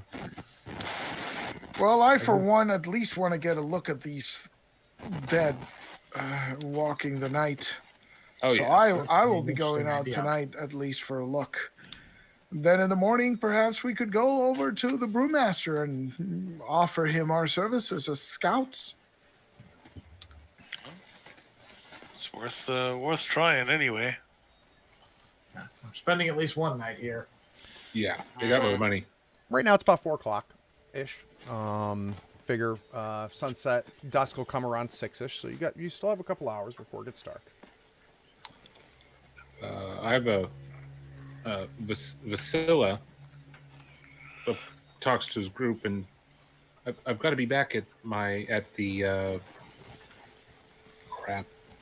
tavern. Three Skulls to perform the three skulls to perform tonight. I guess, Craig, what time do I need to be there? I guess I didn't really ask. I probably should have. I don't know. I heard the same thing you did. Presumably Yeah, before the yeah, evening, touche, before yeah. it gets too dark. Yeah. Oh, you can go at sunset, I suppose, after it goes dark. Or do you not fancy risking the dead at night? I don't want to go by myself, guys. I will question- go with you. Yeah, I okay. will The question Let's- is, how many bar patrons are you going to get with... I mean, I guess these people just kind of view them as their weird neighbors, but... I don't know Yeah, how they're active used the to bar is going to be. There's only one way to find out. So one suggestion, been a pretty long day. If you guys want to go back to Olms, head up to your dormitories. Yeah. I apparently there'll be a crowd of people there in the Oh, yeah. dorm with you, according to Olm. And we could do a crafting roll on the bow, have Aldrich work on the bow, and the rest of you kind of relax. In fact, if any of you wanted to go ahead and sleep a quarter day and get that That's taken a care of good for the idea. day, Might then not be a bad you might be idea. able to stay up later at night too. Yep, Yeah, that's probably Sure, the best makes thing. sense. let's do that. All right. So you guys head back. Olm's happy to see you. Directs you up there. Sally, a little teenage girl, super excited that you're here, and she explains to you how she made all the beds and it's all fresh. And if you need anything, let her know. And she's just so happy to have you. You come in to the dormitory area, and it's got about 8 beds in a decent sized room, and it doesn't look, it looks recently renovated, and fresh is probably the best word. You can almost smell the paint on the walls. Take any beds you like, she says. Oh, so the other guests haven't come in yet, have they? There's not going to be other guests. That's what I thought. Well, he's trying. Yeah. Oh, it's better. That's just us here sharing a room, so at least it'll be quieter. So yeah, I wrenched my packs on a corner, and change clothes. So I assume we have a extra set of clothes, and change clothes and Yep. take a nap, go to sleep. Great. Basila's going to go to one wall where that has maybe multiple tiers of bunks, and I'm going to look up at the top one, kind of shake, look at the middle, shake, look at the bottom one, nod, and jump right in. Go to sleep. Just right. Goldilocks found her bed. That's it. Yeah. Yeah. I love it. And Aldrich, do you want to sleep as well? No, I'll be like, you guys get some rest. Sten, why don't I take care of your bow? Hey, Jason That'd be- Veras, thanks for that'd be coming. appreciated. You'll be able to watch the rest of us either here on Twitch, or it'll also be over on our YouTube channel, Third Floor Wars. But appreciate you staying up late, man, or lady. All right, so Aldrich, you want to do some crafting? Yes. All right, let's go ahead and do a crafting. Let's make a roll for tonight. Let's go. I know, our first die roll. Hey, there's the success. There roll. we go. There we go. So, Sten, you can go ahead and put your gear bonus back up again on your bow. Excellent. Aldrich's got it all Thank you set very up for you. much. So we're going to push ourselves to about 9 o'clock at night. Sure. The only thing to keep in mind is we got to watch for Aldrich's sleep. So all of you have slept for the day. Aldrich has not. So as we approach midnight, Aldrich is going to start getting real tired. I don't think I'm going to catch that. Sun's getting pretty tonight. low, big guy. But the sun is down. All right, so. Well, let's go see about these dead. I'm bringing my sword just in case. Yeah. Hand stand Sure. back his bow and hefty yawn. Just, Very nice. good luck with your performance tonight, Vasila, but I don't think I'm gonna make it. Okay. All right, we'll go ahead and we'll have Aldrich stay in the room. Yeah, he's gonna Okay. take a sleep. You all right to be here on your own with these folk? Oh, I'm sure I'll be fine. Okay. All right, so you guys head back down. We ring the bell before we leave. Well, Well, we learned to say the Say thing. I'm here to walk in peace with the dead. that's Is right. that it? So you walk down, and all the tables are full. You've got people all sitting at the tables. They turn heads to look at you. Everybody is, hushed tones, but not trying to be super secretive or anything like that. Thanks for the cheers. And Olm, says, hey, waves to you and acknowledges that you've come down. Says, you guys headed out? Yes, Master Ohm will return in a few hours. You remember, But, ring the bell, right? Yes, and I'm here to walk in peace with the dead. Is that Yep. correct? Yep, that's And fine. we each have to do that, right? I would definitely each of you do it. And like I said, whatever you see out there, just pay no attention to it. If any of it tries to engage with you or anything, just ignore it, and they'll leave you alone. They might not leave you alone, but you leave them alone. So I look at the window before I hit the door. It's like I look out, see what I see. If anything, because it's probably really dark out. Yeah, it's so. super dark. You don't really have any. Wow, Crimson Tan, thank you. You have lanterns. You see lanterns on some of the homes. There's nothing lighting the courtyard itself. So from where you are, you can't see. The well is there, but you can't see it. It's all darkness at that point.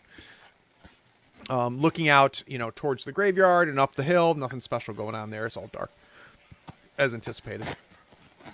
So I guess I'll bring a torch in that case. Great. And light it from the hearth here in the inn and make my way swiftly out to the front door. I open the front door and I head straight for that bell, ring it, and proclaim loudly, I'm here to walk in peace with the dead. And look So around. I'm curious. Is anybody are any of the crowd in the tavern looking at us? Gets him every time. Oh, No, my God. but you can tell that they were pretty tense as Ostrich stepped out there, and you can see kind of the tension and the tension and their attention goes away as soon as they see Ostrich hit the bell. And Do say the thing right. Yep, exactly. Let's real quick. What do you have for torches, Eloy? I have a D8. Okay, let's quickly roll a D8. Hang on, roll. Hang on. Where do I roll the D8? Torches. Let's Do look I have right under the torches? chat window. Yeah. Oh, there you go. All right, so It's you're the same. The button works. Yeah. Yep. So you're good on torches. So for those that aren't familiar with the system, the way you keep inventory on torches, food, water, and what's the fourth one? Arrows. Arrows. Is every time you use it, you roll a die, and depending on how big the die is, it kind of gives you an idea of your inventory. So let's say in theory, he rolled a D. He has D8 torches. If he had rolled a 1 or a 2, it would have been downgraded to a D6. If then he lit another torch and rolled a 1 or 2 on the D6, he'd be out of torches. It's a really nice way not to have to do serious accounting, but still allow that scarcity. So you step out, Ostrich. I want to know, Vasila, Sten, were you right behind him? Sure, I'll Yeah. knock the bell. I'm here to walk in peace with the dead. Far less Clearly enthusiasm. not as enthusiastic No, about it. it's Yeah. all good. Vasila. Vasila's the last to see these two do this, and I want to look around and see who else in this town and what I'm seeing to see who's reacting. I'm not sure what in the world's going on. So I'm gonna. Are there other people around that I could observe to see if how they react to my two friends? Yeah, the only being others that you super see, loud. the only others you see are inside of the tavern. So when you look outside, you're not seeing any activity outside whatsoever. Now right. you see light coming from within the buildings, right? So it's not like people are gone, but there's nobody walking outside. All right. And really, the attention was on Osric. The first, going out there. Once they saw that he knew what he was doing, they don't give a shit. All right. I'm not gonna ring it. Okay. Oh, Jesus. I'm gonna go up and get ready to hit the bell and just say, You got to jump to reach them. yeah. The step stool's gone. I use it at the bar over there. It's like, this isn't my character. This is a one-shot for me. Here we go. Oh, God, Sorry, Fox Fox. is going to be pissed. So I out of curiosity though, obviously Osric and Sten, you notice this. Do the thing. Vasila, Do you the should thing? Do the thing. Yes. I'm just gonna do it very lightly. It I'm gonna have to costs you. step on the perch on the side and hold it. And It costs say you my nothing. thing. It costs you nothing, Vasila. I'm gonna show my disenthusiasm, if that's a word. It's lack of enthusiasm, you English major. Thank you. I'm from Texas. Calm down, guys. It's the only thing Vasila is disenthusiastic about. Yeah, All right, so does Vasila finally succumbs? I do the thing. Very light and just like, okay, whatever. Like a 13-year-old teenager. Right. Yeah. I I'm walk with the acting as dead. people interpret my stature, apparently. All right. So I step down a couple of steps down the porch with a torch in my left hand in case I need to draw the sword. Sure.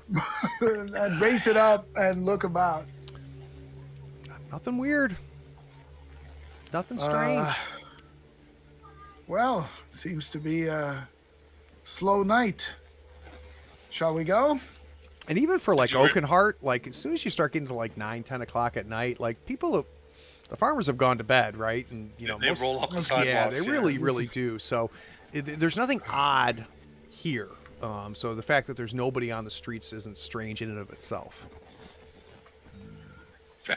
You really think there were going to be dead people walking around? Come on.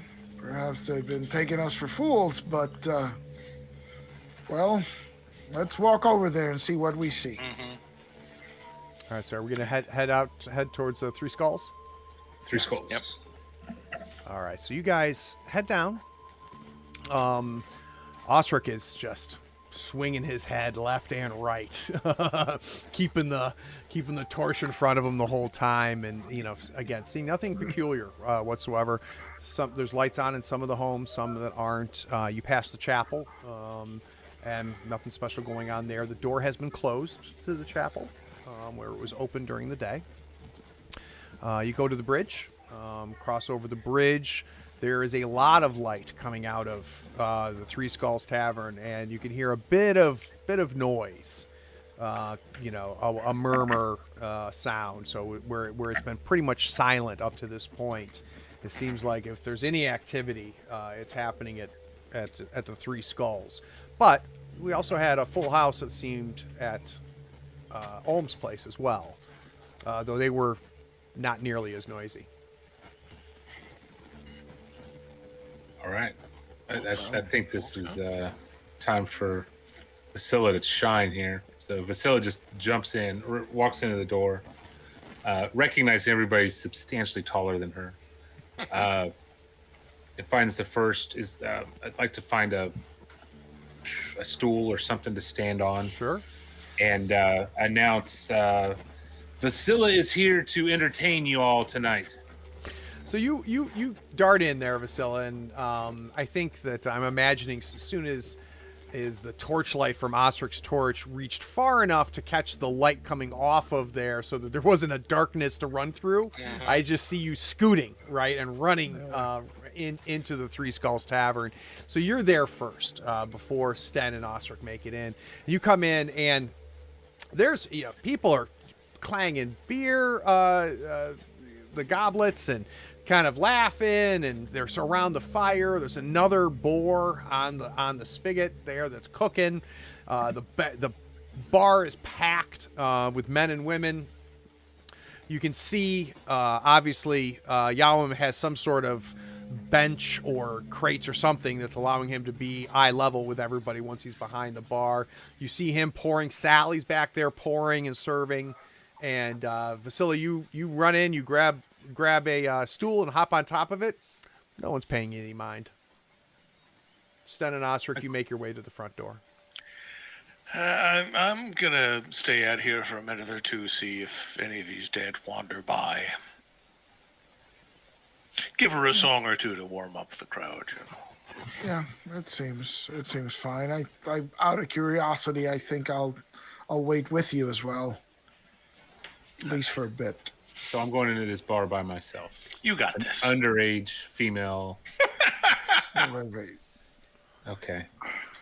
That's how it is. Who's rolling the dice now? Vasily, you start playing, and I actually am going to have you do a performance for me. Let's go ahead and do a roll. All right.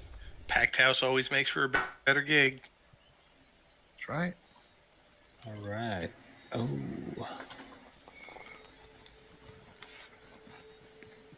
So you got your 6, which is good. Boy, that is a lot of dice for performance.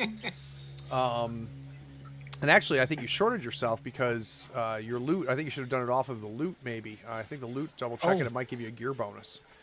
I'm not sure, though. Let's see here. The gear or the lyre, No, not the loot.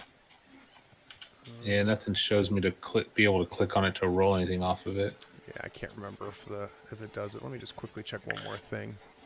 Doesn't. It Hold just on, gives there me we gear are. bonus of +1 to Yeah, perform. plus Yeah, one. there it is. Yep, Yeah, plus so you'd 1 to have one extra performance. die. Yep. So if you want to quickly roll a d6 for me, you can just do it off the tray at the bottom. Crap. Oh, right click works. Cool. All right. So you got one success. So as you start playing, not a whole lot of people paying attention to you until you kind of get it going, and then people are like, okay, and you see, and Yawam seems to be like making sure everybody's paying attention to you, right? So he's like, hey, Jake, stop talking, pay attention to her, let us know she's great, And eventually, you're getting maybe about half of the place paying attention to you. So if there's about 15 people in there, a good 7 or 8 are clapping along and enjoying the performance. The camera cuts back to outside. We see Cranky Sten and Cranky Osric standing out on the porch, either sitting or leaning on some barrels there. And of course, from there you can see across the roadway there to the south side, you can see the docks. At this point, nothing odd. I imagine maybe 1 or 2 people may have come and gone, and we're cordial, but not friendly. Yeah. They all do the thing when they leave with Every the bell. single one of them does. Yep. Okay. Far more rote than the way Osric did it, though. Like they ring the bell and go, "I'm going to step Well, it's your outside." first time. Yeah, you want I'm to gonna make walk a with the statement. dad. Yeah. Right. You want to go take a look at those boats there in the docks? They're right across from us, right? Yeah, So, yeah. You could throw a I rock and don't- hit him from where you are. I don't know nothing about boats, but I suppose we can if you like. Neither do I, but I kind of want to see what he has in mind. Maybe he means to float the barrels downriver, or Makes some sense, I suppose. put them on boats. We can have a look. So you get down there, and I'm imagining you're kind of touching the barrels that are stacked there. They're empty, and the boats themselves are brand new. Like Osric, you would, if they were a week old, you'd be shocked. You can they're still just freshly hewn, just put together as best as you can tell. And quite honestly, the dock can't be more than a year old. It's not even water stained. See, it sounds like a good plan to me to establish commerce downriver. I say we should just make him the offer in the morning and take off. I don't think Sure. there's anything else to see in this village. Doesn't sound like it. They're not the most friendly folks. We gotta We got a night under a roof and a good meal in our bellies. Maybe we can get a few provisions and talk to the gamekeeper, see if he has anything like a map that we could add to in exchange for a copy of what he's got. True. Yeah. That's an excellent idea. Yeah. You guys are checking out the boat and looking at it, and I think Sten notices it first. There's somebody walking across the bridge. Sten, you can hear them. You can see kind of the shape of them, but they have no source of light, which makes them immediately stand out, right? Everybody has had a lantern coming and going, or a torch, whereas this person is taking their time as they cross the bridge and has no light source.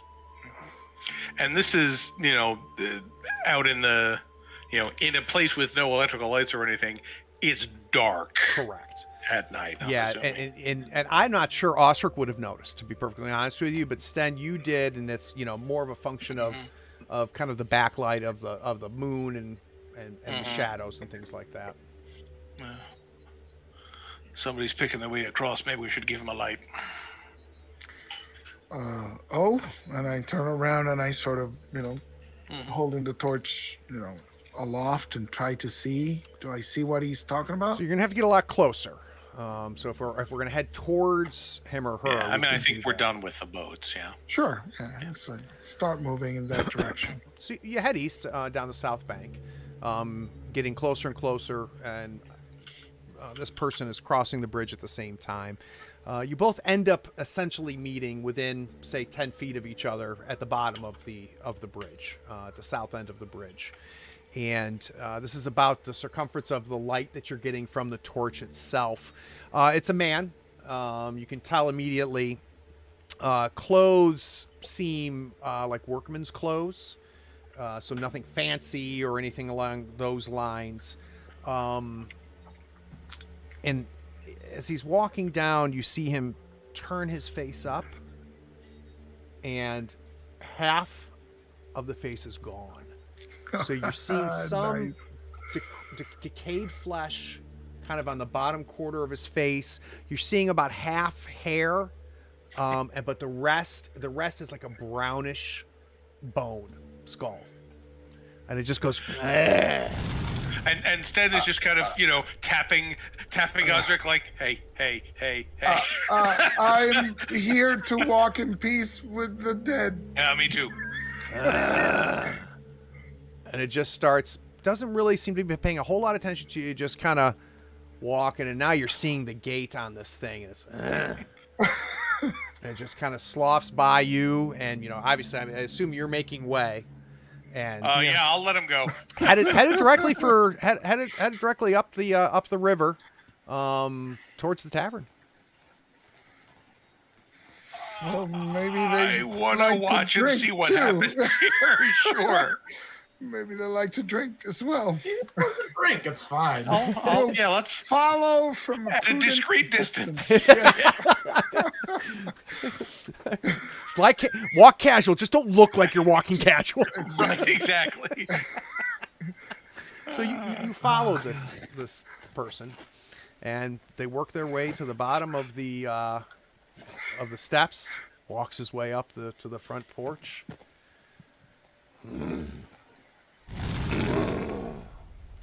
Walks in. Now, Vasila, your back is to the door. You're playing your lyre and entertaining the group, and it's like ding ding ding. Everyone's like, yeah, ooh.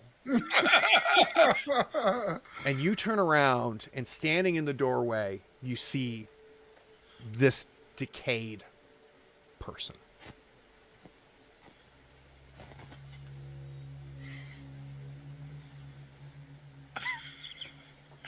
It starts walking to the bar. Everybody else in the bar is quiet. They've kind of cleared and made way. And you see Yawin looks, rolls his eyes, grabs a tankard, and goes and starts to fill it. Vasila sees this. Oh yeah, you've seen all of this. You gentlemen are at the porch by now. What happens to the music? Does the music stop, or do you keep performing? I'm gonna get back to it. Maybe I can lift this undead spirits. Do you know any Grateful Dead? Nice. No, just fish. He only plays fish. Okay. God. Yeah. All right, so you start playing, Vasila. This thing is not paying attention to you. The Yawan comes with a tankard. This thing has moved itself to the bar, and people have cleared spaces for it. He puts the tankard down in front of it and kind of just steps away. Like I said, you guys are now on the porch, so you can see in. And the other patrons are not reacting violently to this thing, or negatively? All they're doing is making sure that they're keeping a distance. So I will extinguish the torch on I suppose there's like a water barrel or something. I don't know. I will extinguish the torch and then move into the room towards the side where Vasila is, so I can keep, relatively close to her and away from the dead, right? In case I need to brush to her side. I'll go in as well. So this thing, it has two hands, two arms. The one hand, the right hand has about 2 fingers and it's all bone. Most of it has fallen away. There's still flesh on the left hand. And you see the thing grab the tankard, bring it up to its mouth, and starts pouring it. And you just see it puddling around its feet. It puts it down, pushes it. The tankard, the goblet falls to the ground inside the bar. Yawam is just standing there. This thing turns around. It starts walking out the door.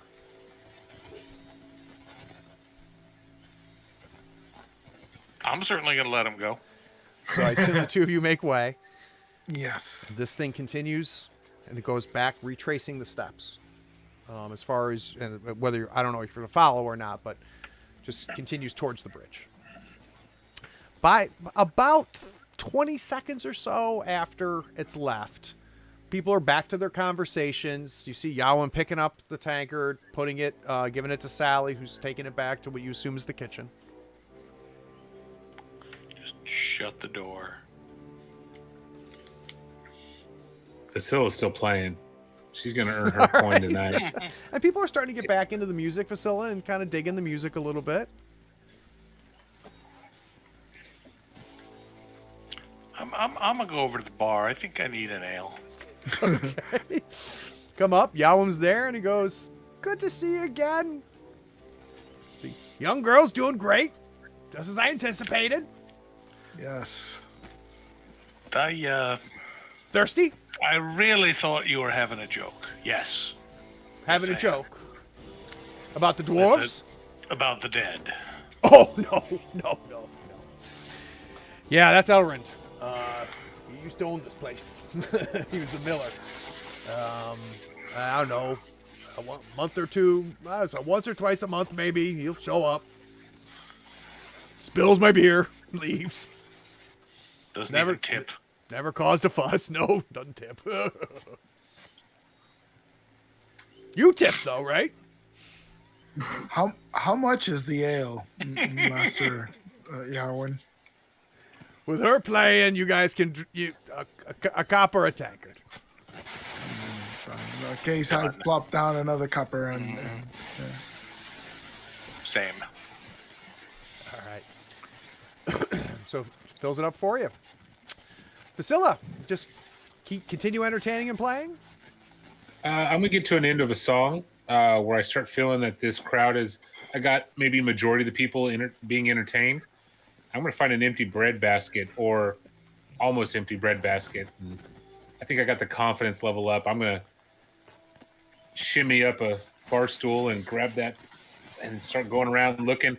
And I'm gonna go to one of my friends and Yeah, some coin in. I'll throw a copper just to show the. Show them how it's done. Yeah. All right, so you had one success in your performance, so let's roll a d6. One. I'll roll it Oh, for you you. are. All right, go ahead and add 5 copper. Yo.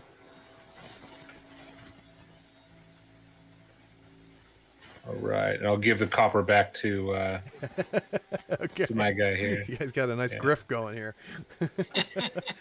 All right, so at this That's point, not a grift. That's perfectly. They're getting what they paid for. so I'm putting this at about 10:30ish. Yeah. I think Vasila's done playing for the night, and I'd like to join our group and make a comment. These undead don't seem to be dangerous. If you notice, these guys just kind of maybe did what they used to do before they died. If we're careful, why don't we make our way up to the monument, the spiritual shrine thing? Sorry. It's fine. I don't know. I don't know what is to be gained up there. I mean, they may be friendly or not hostile, but that don't make it right that they're walking around. I'd rather not trouble any more of them. Fair enough. I think we should ask. Well, I don't know.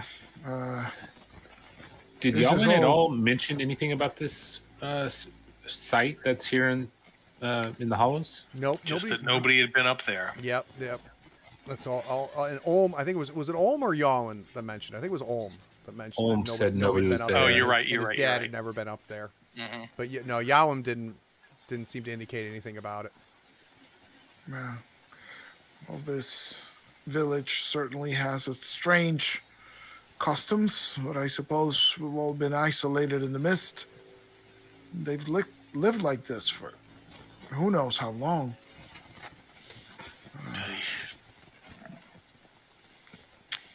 I don't know.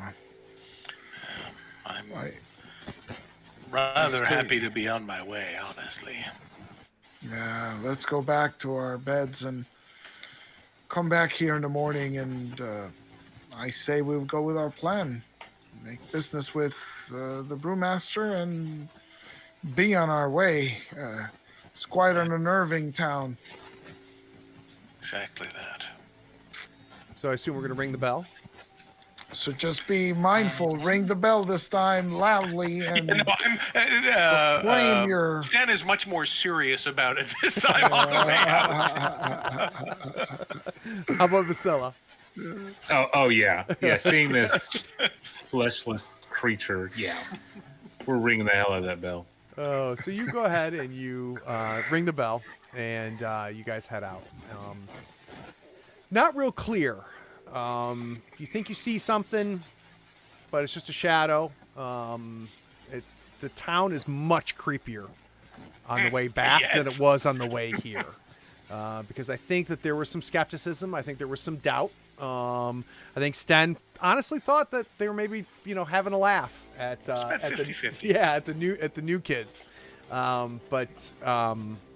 You've just seen your first undead, which I think it shakes the three of you pretty good. So you make it back in, and at this point, 10:30, 11 o'clock, you can see the tavern, the Dead Man's Hand Tavern. There's only a couple people left. Finishing out. One of them's really drunk. You can see Olm kind of trying to separate him from his tankard, and he's not having too much difficulty from him, telling Sally to get the door, and we're going to go ahead and take him home. And checks in with you, and as you come in, says, you need anything? You want a drink before I take Stan back? No, Master Ohm. Thank you. I think we'll be turning in now. Okay. All right, you guys head up. Aldrich is snoring, and you cozy into bed. And as far as mechanically, you've gotten food, you've gotten drink, both covered, and you've all gotten your sleep. So let's take Nice. us to 6 a.m. Alrighty. and the sun rises on our third day away from home. And it's morning. So I saddle up to the bar to Master Ohm in the morning, after packing my, whatever I've unpacked, which doesn't sound like much. I pack it back. But I go out to the bar to speak with Master Ohm, and I say, I can't help but wonder then if your dead walk at night. We caught a glimpse of the cemetery in the northern section of town, and I just wonder, what do you do with your newly dead? Nope. Do you We don't put them at the old cemetery. No, nothing gets buried there these days. We've been made very clear for generations. We've been told nothing touches the cemetery. But if you go outside, go northeast, you'll find there's a huge oak tree. If you go there, that's where you'll find, where we've been burying dead for, the last 200-300 years now. a new cemetery then? So, yep. Yeah, we don't mess with the old cemetery. We let the dead be the dead, right? Right. And I can tell you, And- anybody buried in the new cemetery, we haven't seen them. Oh, that's an interesting point. So it's only the people from the old cemetery who rise. We don't know. We don't know. It's a guess. How long's it been like that? How long has it been like what? With the dead coming back and wandering of nights. Since I was a boy. I don't know. It's always been that way as far as I know. And it's all we've ever known as far as I can tell. Fair enough. Well, I gotta say, your village is quite unique, Master Ohm. Quite unique indeed. So curious. You guys heading out for the day? Leaving us here in the Hollows? Should I go ahead and book this room for you? I don't want it to get taken up, under your feet.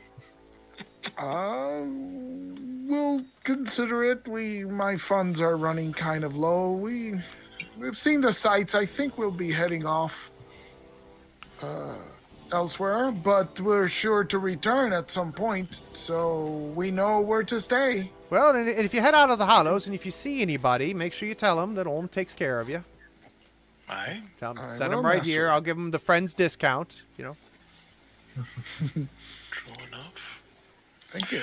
I don't suppose you'd have anything that you could make up as far as obviously that you have the pork here and everything, but do you have any sort of jerky or anything that might last a little bit longer on the trail if we're heading out on the road?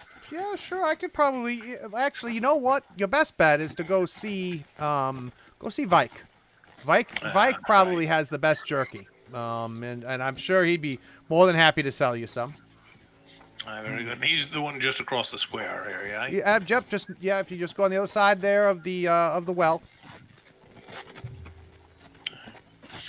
Thank you. Quartermaster. Aldrich comes down from the dorms, does a big stretch. Ugh. You got a full night's sleep, Aldrich. Did I miss anything last night? Surely uneventful, right? The dead, it turns out, do walk around. At least one of them. Huh. Good to know. So, if you come back through here without us, make sure you ring the bloody bell. Ring the bell. Got it. So I think first we should head to the brewmaster, and see if he's interested in our bargain. Then maybe we can procure funds from him to purchase our supplies from Master Vic. Aye, seems reasonable. All right. Yeah. Back to our home away from home. All right. Yes. So back to the tavern. You can see he obviously employs some of the kids that live in the town. You can see them sweeping up and cleaning up the place. He's there serving breakfast to a couple people at the bar itself. Gives you a friendly wave as you walk in. Morning. Good morrow, master. We'd like a word, if you please. Happy to talk with you. What you want to talk about? It seems to us that the prospect of you opening up this beer trading business is a sound business proposition, but it strikes me as strange that you have not, as of yet, made any contacts in the villages downstream. Miss Palmer's keeping it tight. She won't let me put the feelers out. She's not interested in trade happening here. So once I deal with her, I plan on hiring a few of the youngins and a couple of the boys. Maybe even Vike can be talked into taking a day off from hunting and heading out. But yeah, I'd like to know who's upriver, who's downriver, and try to put some trade. Or hell, I could head north to Oakhart. Sounds like you have terrible beer there, based on what Sten was saying. That's a good idea, but Wouldn't say it's these terrible. It's not as standards. good as this. But see, that's where we can be helpful. We're thinking of going out of town, and so we thought you could use a scout. We might head downriver, check out the local villages, see who is interested in the beer. Maybe even head upriver as well, if you wish. We thought you might be interested in doing business with us in this way. I would be very interested in this. So you reach out, make contacts, be, shall we say, an envoy for me. Exactly. You might. Establish some trade. Yes. And what, Yeah. what would something like this cost me? Well, we'd need some provisions. So funds for that. We've been told to speak to the game master, who probably has jerky and such. There's water in the river, so we'll be provided with that. Perhaps a small cask of your beer, to, small samples. cask to sample to show the customers, and perhaps some modest wages for our efforts. So we got a bit of, I like the idea. I like the idea. You seem like fine folks. She's phenomenal. Problem is, you send you upriver, I send you downriver. I pay you all of this. I buy you some provisions. I either never see you again, which is obviously a risk I would have to take, right? There's no way of, Yes. I can't tie somebody to you. Correct. The other thing is let's say you make contact. Let's say you set up trade, come back. I can do nothing with it yet. Until I take care of Palmer, there's no trade coming in and out of Hollows. Now, Is there? if you're interested in helping me with her, that's another conversation. Well, the way you and, say, he kind of looks around and he goes, negotiations, of course. what do you mean when you're saying take care of her? Because that's the sort of thing that you could take a couple ways. I have not shown you the brewery yet, have I? No, Sally, you have not. watch the bar. I'm going to go take our friends here. We're going to take a look. Look, go head over to the mill. I want to show them, where we make this fine stuff. So he hops down, leads you out, takes you upriver a little bit along the south side to the mill. Lifts the heavy wooden bar, opens up the mill, takes you in, and you can see the grinding stone where he's making, turning the grain and where the brewing is happening. Looks like he's also producing flour, so potentially he's probably selling flour as well within the town. Sure. Closes the door, kind of walks around a little bit, sees one of the boys there in the back cleaning up, and he goes, go. Sally needs your help. Go help Sally. So he scoots out. He comes back around. He goes, "What would it cost me?"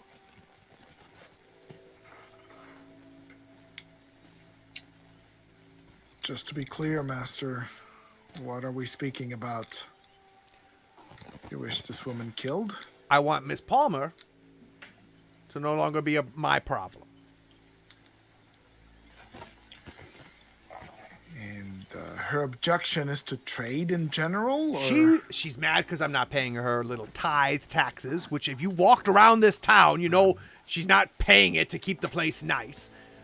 Did you run into the guards at the guard towers? No, you didn't, because there's no guards at the guard towers. But yet I pay tax for that. Well, I thought you just said you didn't pay tax. Well, that's what she wants, right? And until I pay the taxes, then... If I paid the taxes. Right, Yeah. so I'm not... So I refuse. I refuse. There's several people here in town that agree with me. I have a sneaking suspicion that if we took care of her, and she... Let's say she went for a journey. Maybe she went with you. Maybe you talked her into traveling with you. Then, maybe she got lost. I don't know. But I think my chances would be good. I am not quite sure exactly where Sturkis stands as far as between me and Miss Palmer. So that's probably something you need to... Oh, you haven't met Sturkis yet? Olm didn't mention Sturkis. No. No wonder you decided to come out here with me and even have this conversation. I figured you guys. Okay. He's a Rust brother, and he says that kind of in a low tone. You have no idea what the hell Rust brother is. Oh, okay. Yeah. And I don't know whether Sturkis is. If Miss Palmer went away. Took a long, you know what I'm saying. If she was gone, right? I don't know if he would back me, or if he would try to put somebody else that would be just as frustrating as her there. He seems neutral to a point where I'm slightly annoyed. So this Sturgis is a real ruler here in the Hollows, is what you're saying. I mean, he's a Rust brother, right? So no one's crossing him. We don't have those in Oakart, so you'll need to say a little more. Is this like the dead walking thing again? Well, What is a Rust Rust brother? Brothers never came to Oakart. Through the entire time of the Mist, you never had Rust Brothers No show one up. came to Oakart during the Mist. All right. I definitely need to find this Oakart. You don't have to deal with the Rust Brothers. They worship Rust, right? So, mages, magic. I don't know if you mess with any of that craziness. So as soon as he says they worship Rust, I kind of turn over and look at Aldrich, and as soon as he says magic and mages, I just kind of turn back and look at him again. So when you turn to Aldrich, Aldrich, you know Rust. So as soon as you turn and Yaman's got his back to him, you kind of like did this gesture, right? Because you know Rust is another name for the Raven. Okay.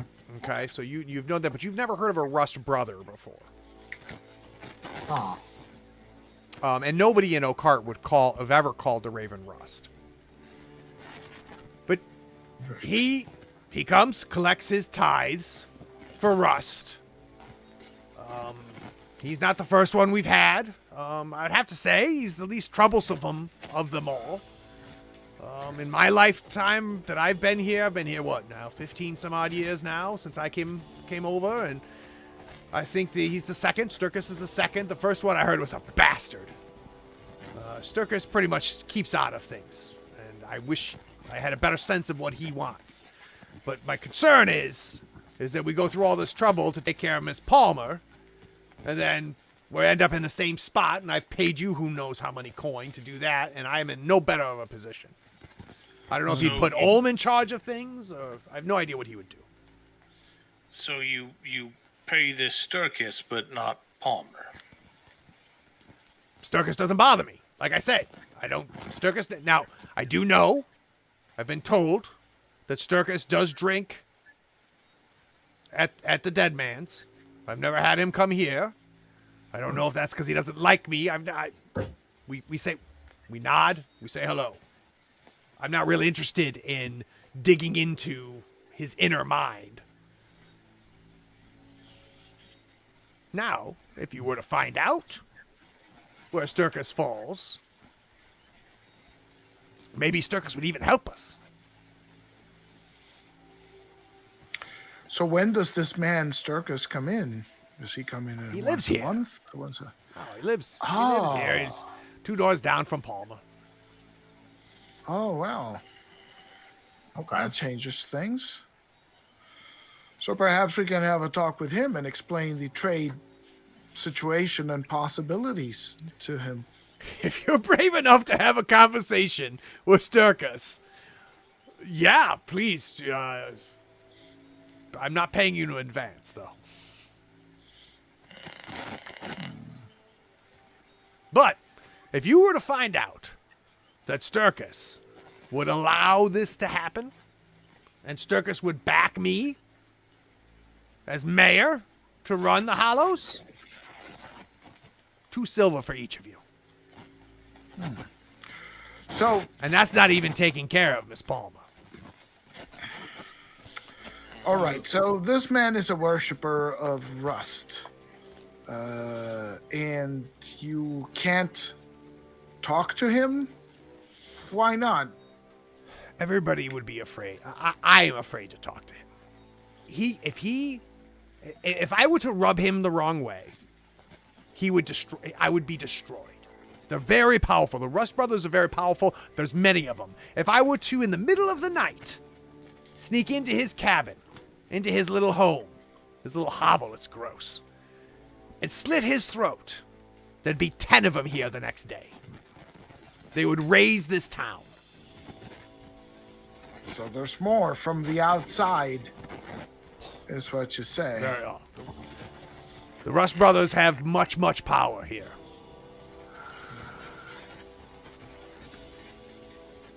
Well, Vasila turns to her party. Sounds like we need to go talk to this Rust brother. I know. Do we really? How much Yeah. power he I'm- lives I'm- in a shack? I'm kind of inclined to just pick up some provisions and be on our way. Yawam just says, look, you have a lot to discuss. Just close the door before you leave. Come to me. I can have you get provisions on my tab. If you guys want to head out, and that'll be enough. If you guys bring me business, then we can discuss it some more. If you want to solve my little problem, like I said, I'll give you each 2 silver if you can get Sturkis on my side. And then I can pay you a little bit more to finish the job with her. This conversation never happened. Of course. He heads out. Aldrich, do you know what this Rust brother business is all about? He No, seemed that's- deathly afraid of a man worshipping a god. Yeah, it's Strange. not a term or a order I've heard of, but we don't get much from the outside. And the Which closest is thing, true. Aldrich, that you would know is, there was talk of the Raven sisters in Oakenheart, those were the ones that truly, they were like nuns of Raven, right? They were the devout of Raven. There was none Yeah. in town. You never met them, but they were considered the holiest of holies in the old tales. And you've always known Rust as another name for the Raven, but nobody refers to the Raven as Rust in Oakenheart. It's odd that they would even use this sort of name for the Raven. Maybe it's some form of ancient order that survived and just we've never experienced. Well, if they worship the raven, he's the god of the sky. What could possibly, what seems to be the problem here? Well, here's the thing. It sounds like they're rather a violent group, truth be told, and honestly, if Oakheart has managed to avoid their attention thus far, I'm not sure we want to be sharing a lot of information about where our village is if folks like this might be interested in coming and gathering their tithes from it. Too true. That seems wise. I certainly hope that none of us actually want to go and kill this old woman over a tax dispute. Yeah, It I mean, appears Sten has opinions. 2 days out of town, and we've already been offered a contract as assassins, so we must look much scarier than I think we are. Well, I was thinking more of explaining the benefits of opening trade to this Rust brother, but given how afraid everyone seems of him, perhaps it's better not to deal with them at all. If everyone's afraid to even talk to them. Here's my thought. We were talking about going to the game master anyway to talk to him, maybe get some provisions and that sort of thing. Maybe see if he has a strong opinion about what's going on with the politics and the Rust brother and everything else. And unless we get a strong opinion either way, I think we may just leave this town behind us and move on. Does seem like the sort of person we want on our side. Agreed. So if you want to take kind of that half deal that Yawen offered to get some provisions on his tab, you probably want to swing by before you head up to Vikes. Yeah. So you swing by, and he, one of the kids, one of the kids that have been that have been cleaning the docks and stuff, he sends him with you. You guys work your way back up to town. You get to Vikes, and Vike is there. He's actually, you can see him starting to treat the cleaned buck that he had gotten the night before. Says, "Hey, so you made it, right?" And the little boy says, that Yawen will pay for some provisions. To which Vike says, wow, that's great, and hands them out to you. So each of you can upgrade your food die by 1. Okay. And going from nothing is to a D6? To a D6, correct. Okay. So I ran fresh out. So we increased the provisions one die? 1 die. Yep. Food, yep. Excellent. And how about the water die? Do we increase that as well? I thought we had kind of maxed that out last time because you went to the river. You should all be at a D12 if you're not already. Oh, okay. So I guess did an update. Yeah. Yep. All right. So I got a D8 of food. Excellent. That's good. So Vike's there cleaning the deer, kind of small talking with you. So, couple thoughts we had while we're in town here, if you don't mind a little time. First off, we were wondering if you seem the most likely sort that might have some sort of maps of the area, a rough idea of where there might be some other settlements. And we've certainly found a few things on our way south here, so I thought perhaps we could exchange some information. Well, don't have any maps per se. But, obviously did most of my hunting around this area here. There's some good hunting up north at the forest up north. So if you want to head up there, there's some good hunting up there. Probably the closest I've heard is to the east. So you head down the river past the lake. I've heard that right on the coast there, there's some civilization there, from my understanding. So you may want to head there. I also have heard, you head south. And by the way, I didn't mention this, but the Hollows is at, and you may have seen it on the map. So let's bring you back to the map, actually. You can kind of see it there. That the Hollows is really at an intersection. So you've got the river coming from the west, and then it splits and goes south and east. He goes, from my understanding, there's, towns up and down the rivers. So whether you go south, east, or west, you should be able to find something. I personally have yet to see one, but I don't go more than 10 or so miles out, and if I do, it's just to go up to the forest. to the north. Though to be honest with you, I don't have to go very far. The game is good up there. So I haven't gone more than 2 miles into the forest. Fair enough. And then, well, we've been talking a bit to folk around town, and it seems like there's a bit of a division going on in town. You've got your brewmaster down at the Three Skulls, and then you've got dwarf. Don't say Please, that too loud. Please don't call him that. You know not to call it. Yeah, okay, you already know that. Yeah, Learn that the hard He is way. a dwarf. right. That's what we thought. But anyway, and then there's this Miss Palmer woman who seems like a cranky old biddy, and then now we're hearing about this Sturkis fellow. What? You've got Is this town you're all troubled? caught up. You've been busy. Didn't you just get here yesterday? Well, We've folk kind of gotten the like to cliff talk. notes, but not the details. Yeah. What can I tell you? Why is Miss Palmer so opposed to opening the town up to potential trade? She's trying to keep us safe. I understand where she's coming from. Trust me, I would much prefer to just see a little bit of traffic. I think the mist is gone forever. I do.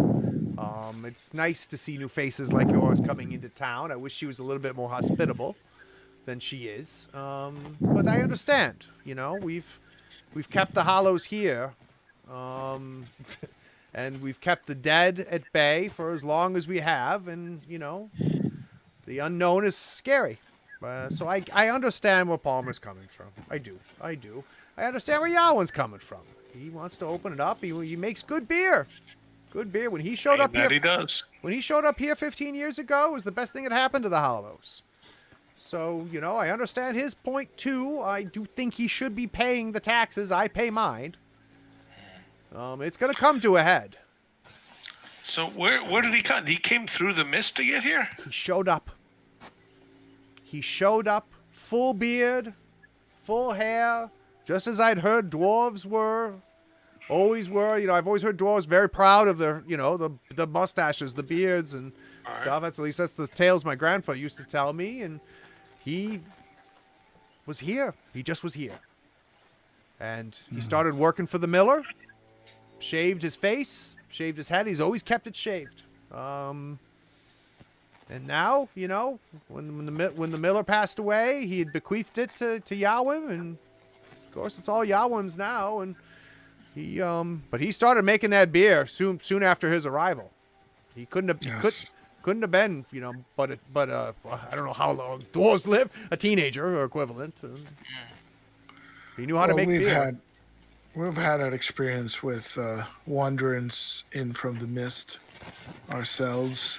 You know, I don't mention Vasila, but that's how she came to town. So, Yep. so yes, that certainly makes sense. How he survived, we don't know. He's not the only one. I would say every decade or so, It does happen. someone shows up. They're lost. I don't know, but they survive. And these Rust brother Stenek, he's been here long? Let's see, Sturkis, he replaced that other bastard about 5 years ago now, I guess. So yeah, he's been here about 5 years.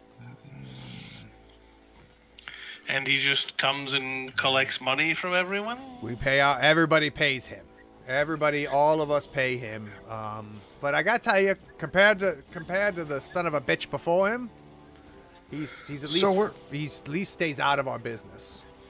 Where do they come from? And how did they brave the mists before? You know, I couldn't tell you. They say they're protected by rust, and they've been coming and going here. We've always had the Rust brothers. The question is how many? The question is how much did they let us live our lives, or how much did they? There were times my grandfather tells me about the two Rust brothers that ran the Hollows when he was a boy, and that he said it was terrible. And once they finally finally died. One died, I think, and the other one was replaced. And it's a coin flip. You never know. But Sturkis is he's still a Rust brother. But so no idea where they come from, east, north, south. no, they just show up. And everybody pays them out of fear of their reputation. Yeah, I mean, I've actually have never seen anybody. He's an old man, for crying out loud, but I'm not gonna raise an arm to him. I'm not gonna be the one that finds out whether the legends are true. And to be quite honest with you, he could be the weakest man in the village. And if he were gone, it'd be a day before we had several of them here asking questions, and that's the last thing we'd want. What do they look like? How may we know them if we run into them on the street? Can't miss him. Ugly son of a bitch. Old as hell. Older than him. He points to Sten. He said, black cloak, and then he's got an iron necklace that he wears, all rusted to shit. He doesn't leave the house very often, though. Sometimes he'll go to Olms. Sometimes he'll get something to drink there. Sometimes a boy will come. One of the local boys he'll pay to get some provisions from me, and I'll, I do that as part of my tithe. And Yawin was saying that he thinks that Sturkis or the Rust brothers would have something to say if something happened to Miss Palmer and they needed a new leader in town. They'd have a hand in choosing the leadership. Yalwyn talked to you about replacing Palmer? He was just talking about things that might happen. He's cranky with her. He doesn't agree with her. Yeah, but I don't think he would do anything. Is he saying he's going to do something about this? I can't imagine he would. It'd be a hell of a move. Are you asking me whether Sturkis would care either way? I'm wondering if he'd have a say in it, because he's not really of the town, is he? You know what? I have never even talked to them. I honestly don't know. I don't know. Now, I will tell you, I think he has dined at Palmer's before. I think he's been there before and had dinner with her. She doesn't talk much about him. I honestly have no idea. The less involved I am with Sturkis, the happier I am. Well, that seems to be the general idea. Then perhaps we shouldn't get too involved with local politics and just be on our way, as Sten has said. Exactly. Well, I wish you luck, friend. It seems this town has a little bit of an internal strife going on. Perhaps you can solve your differences. I'm going to stay out of it. Wise man, I think. All right, Understandable. guys. For those of you watching, Thank you for your time. Stick around to the end of the credits. We'll be right back.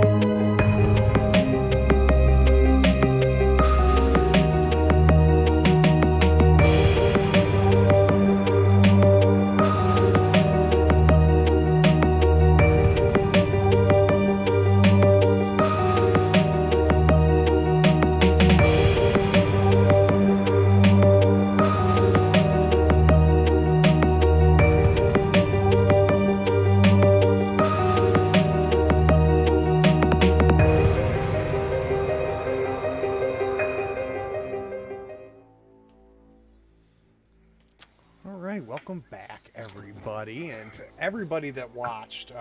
Great interactions. I really enjoyed.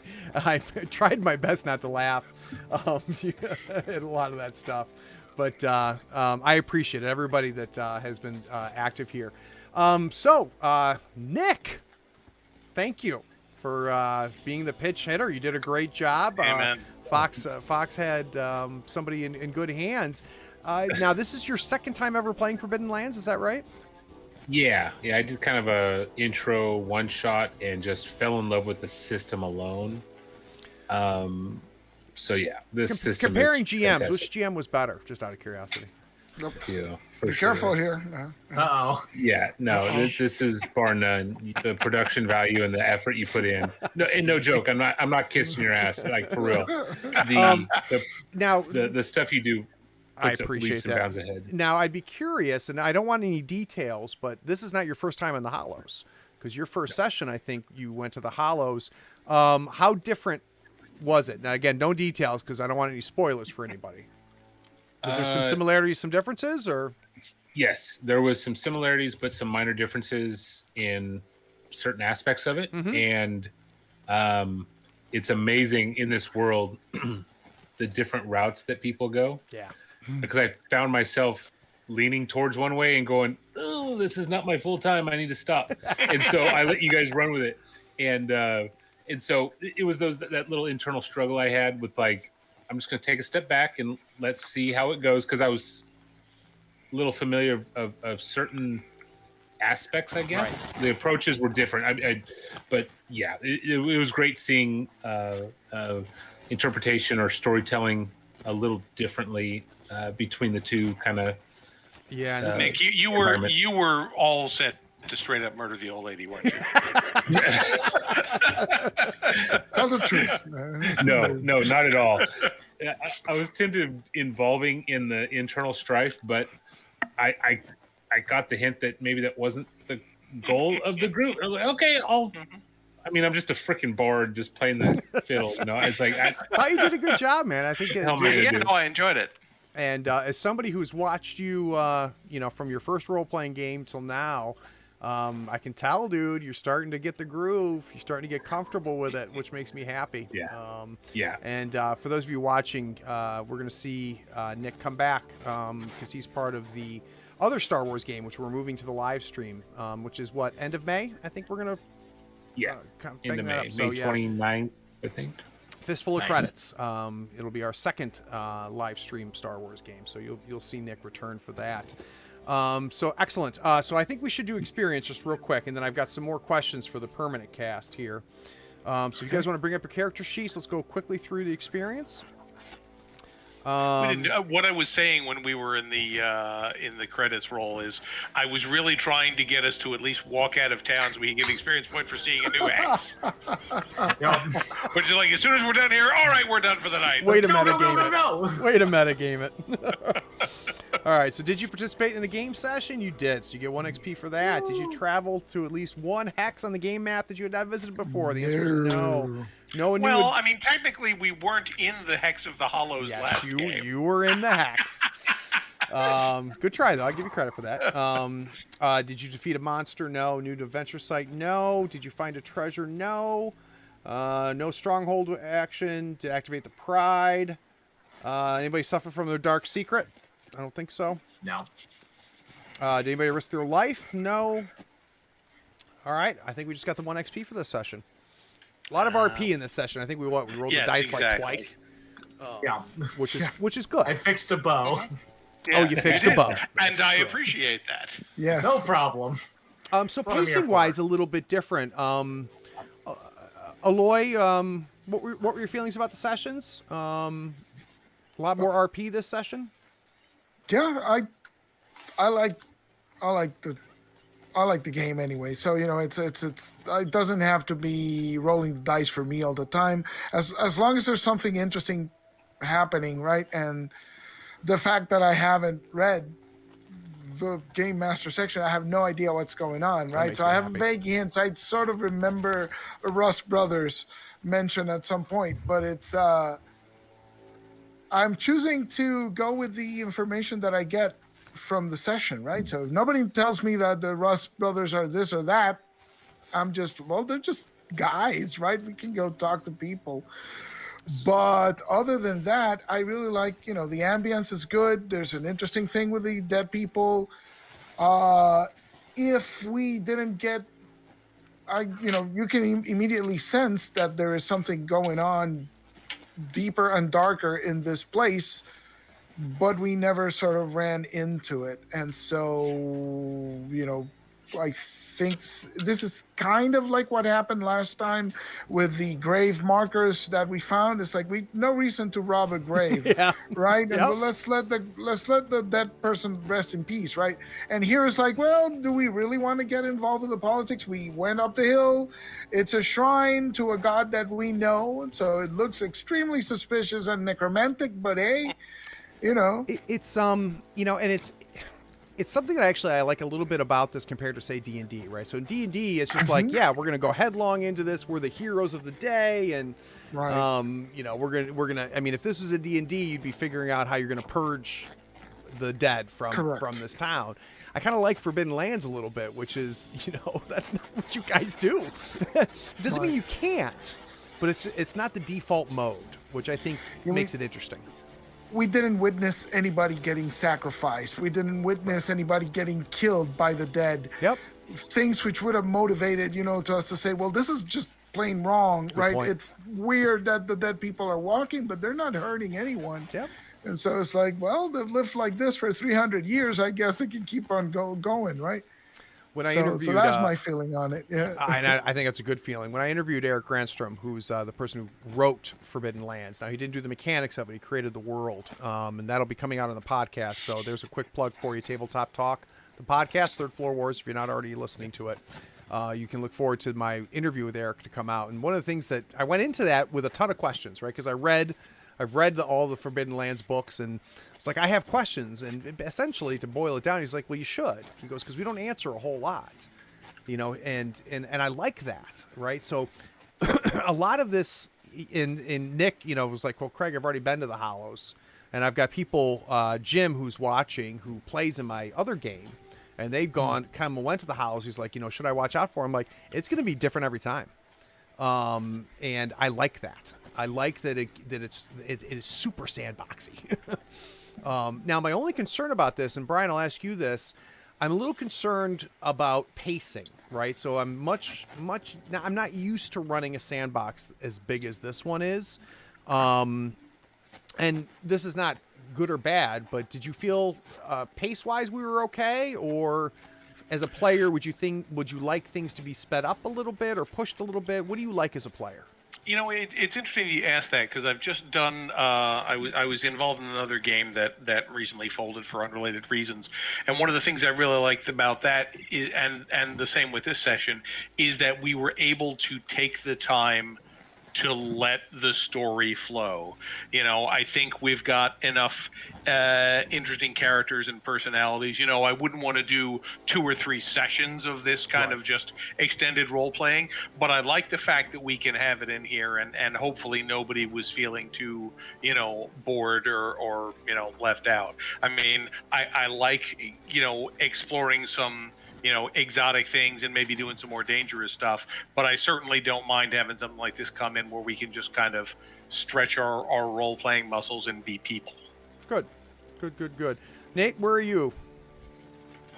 No, I agree. Like, it was just, we were just kind of in a town, and it's just this basically learning a whole new civilization. And that was really fun. Just like diving into, like, these people are weird.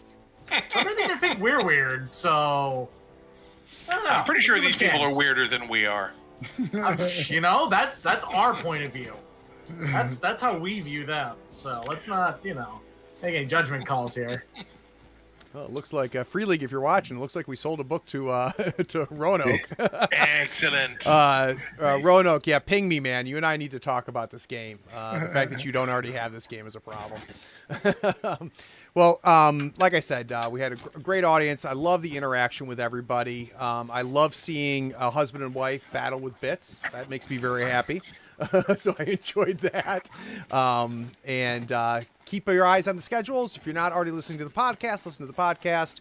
All of the recordings and past sessions, of course, are going to be on our YouTube channel. And then if you're not already following here on Twitch, let's go ahead and take care of that. But big thank you to the four of you guys, especially you, Nick, for being a pinch hitter with not too much notice. Oh, it was Much awesome. Thank you. appreciated. All right. For those of you that stuck around to the end, thanks for watching. Take care.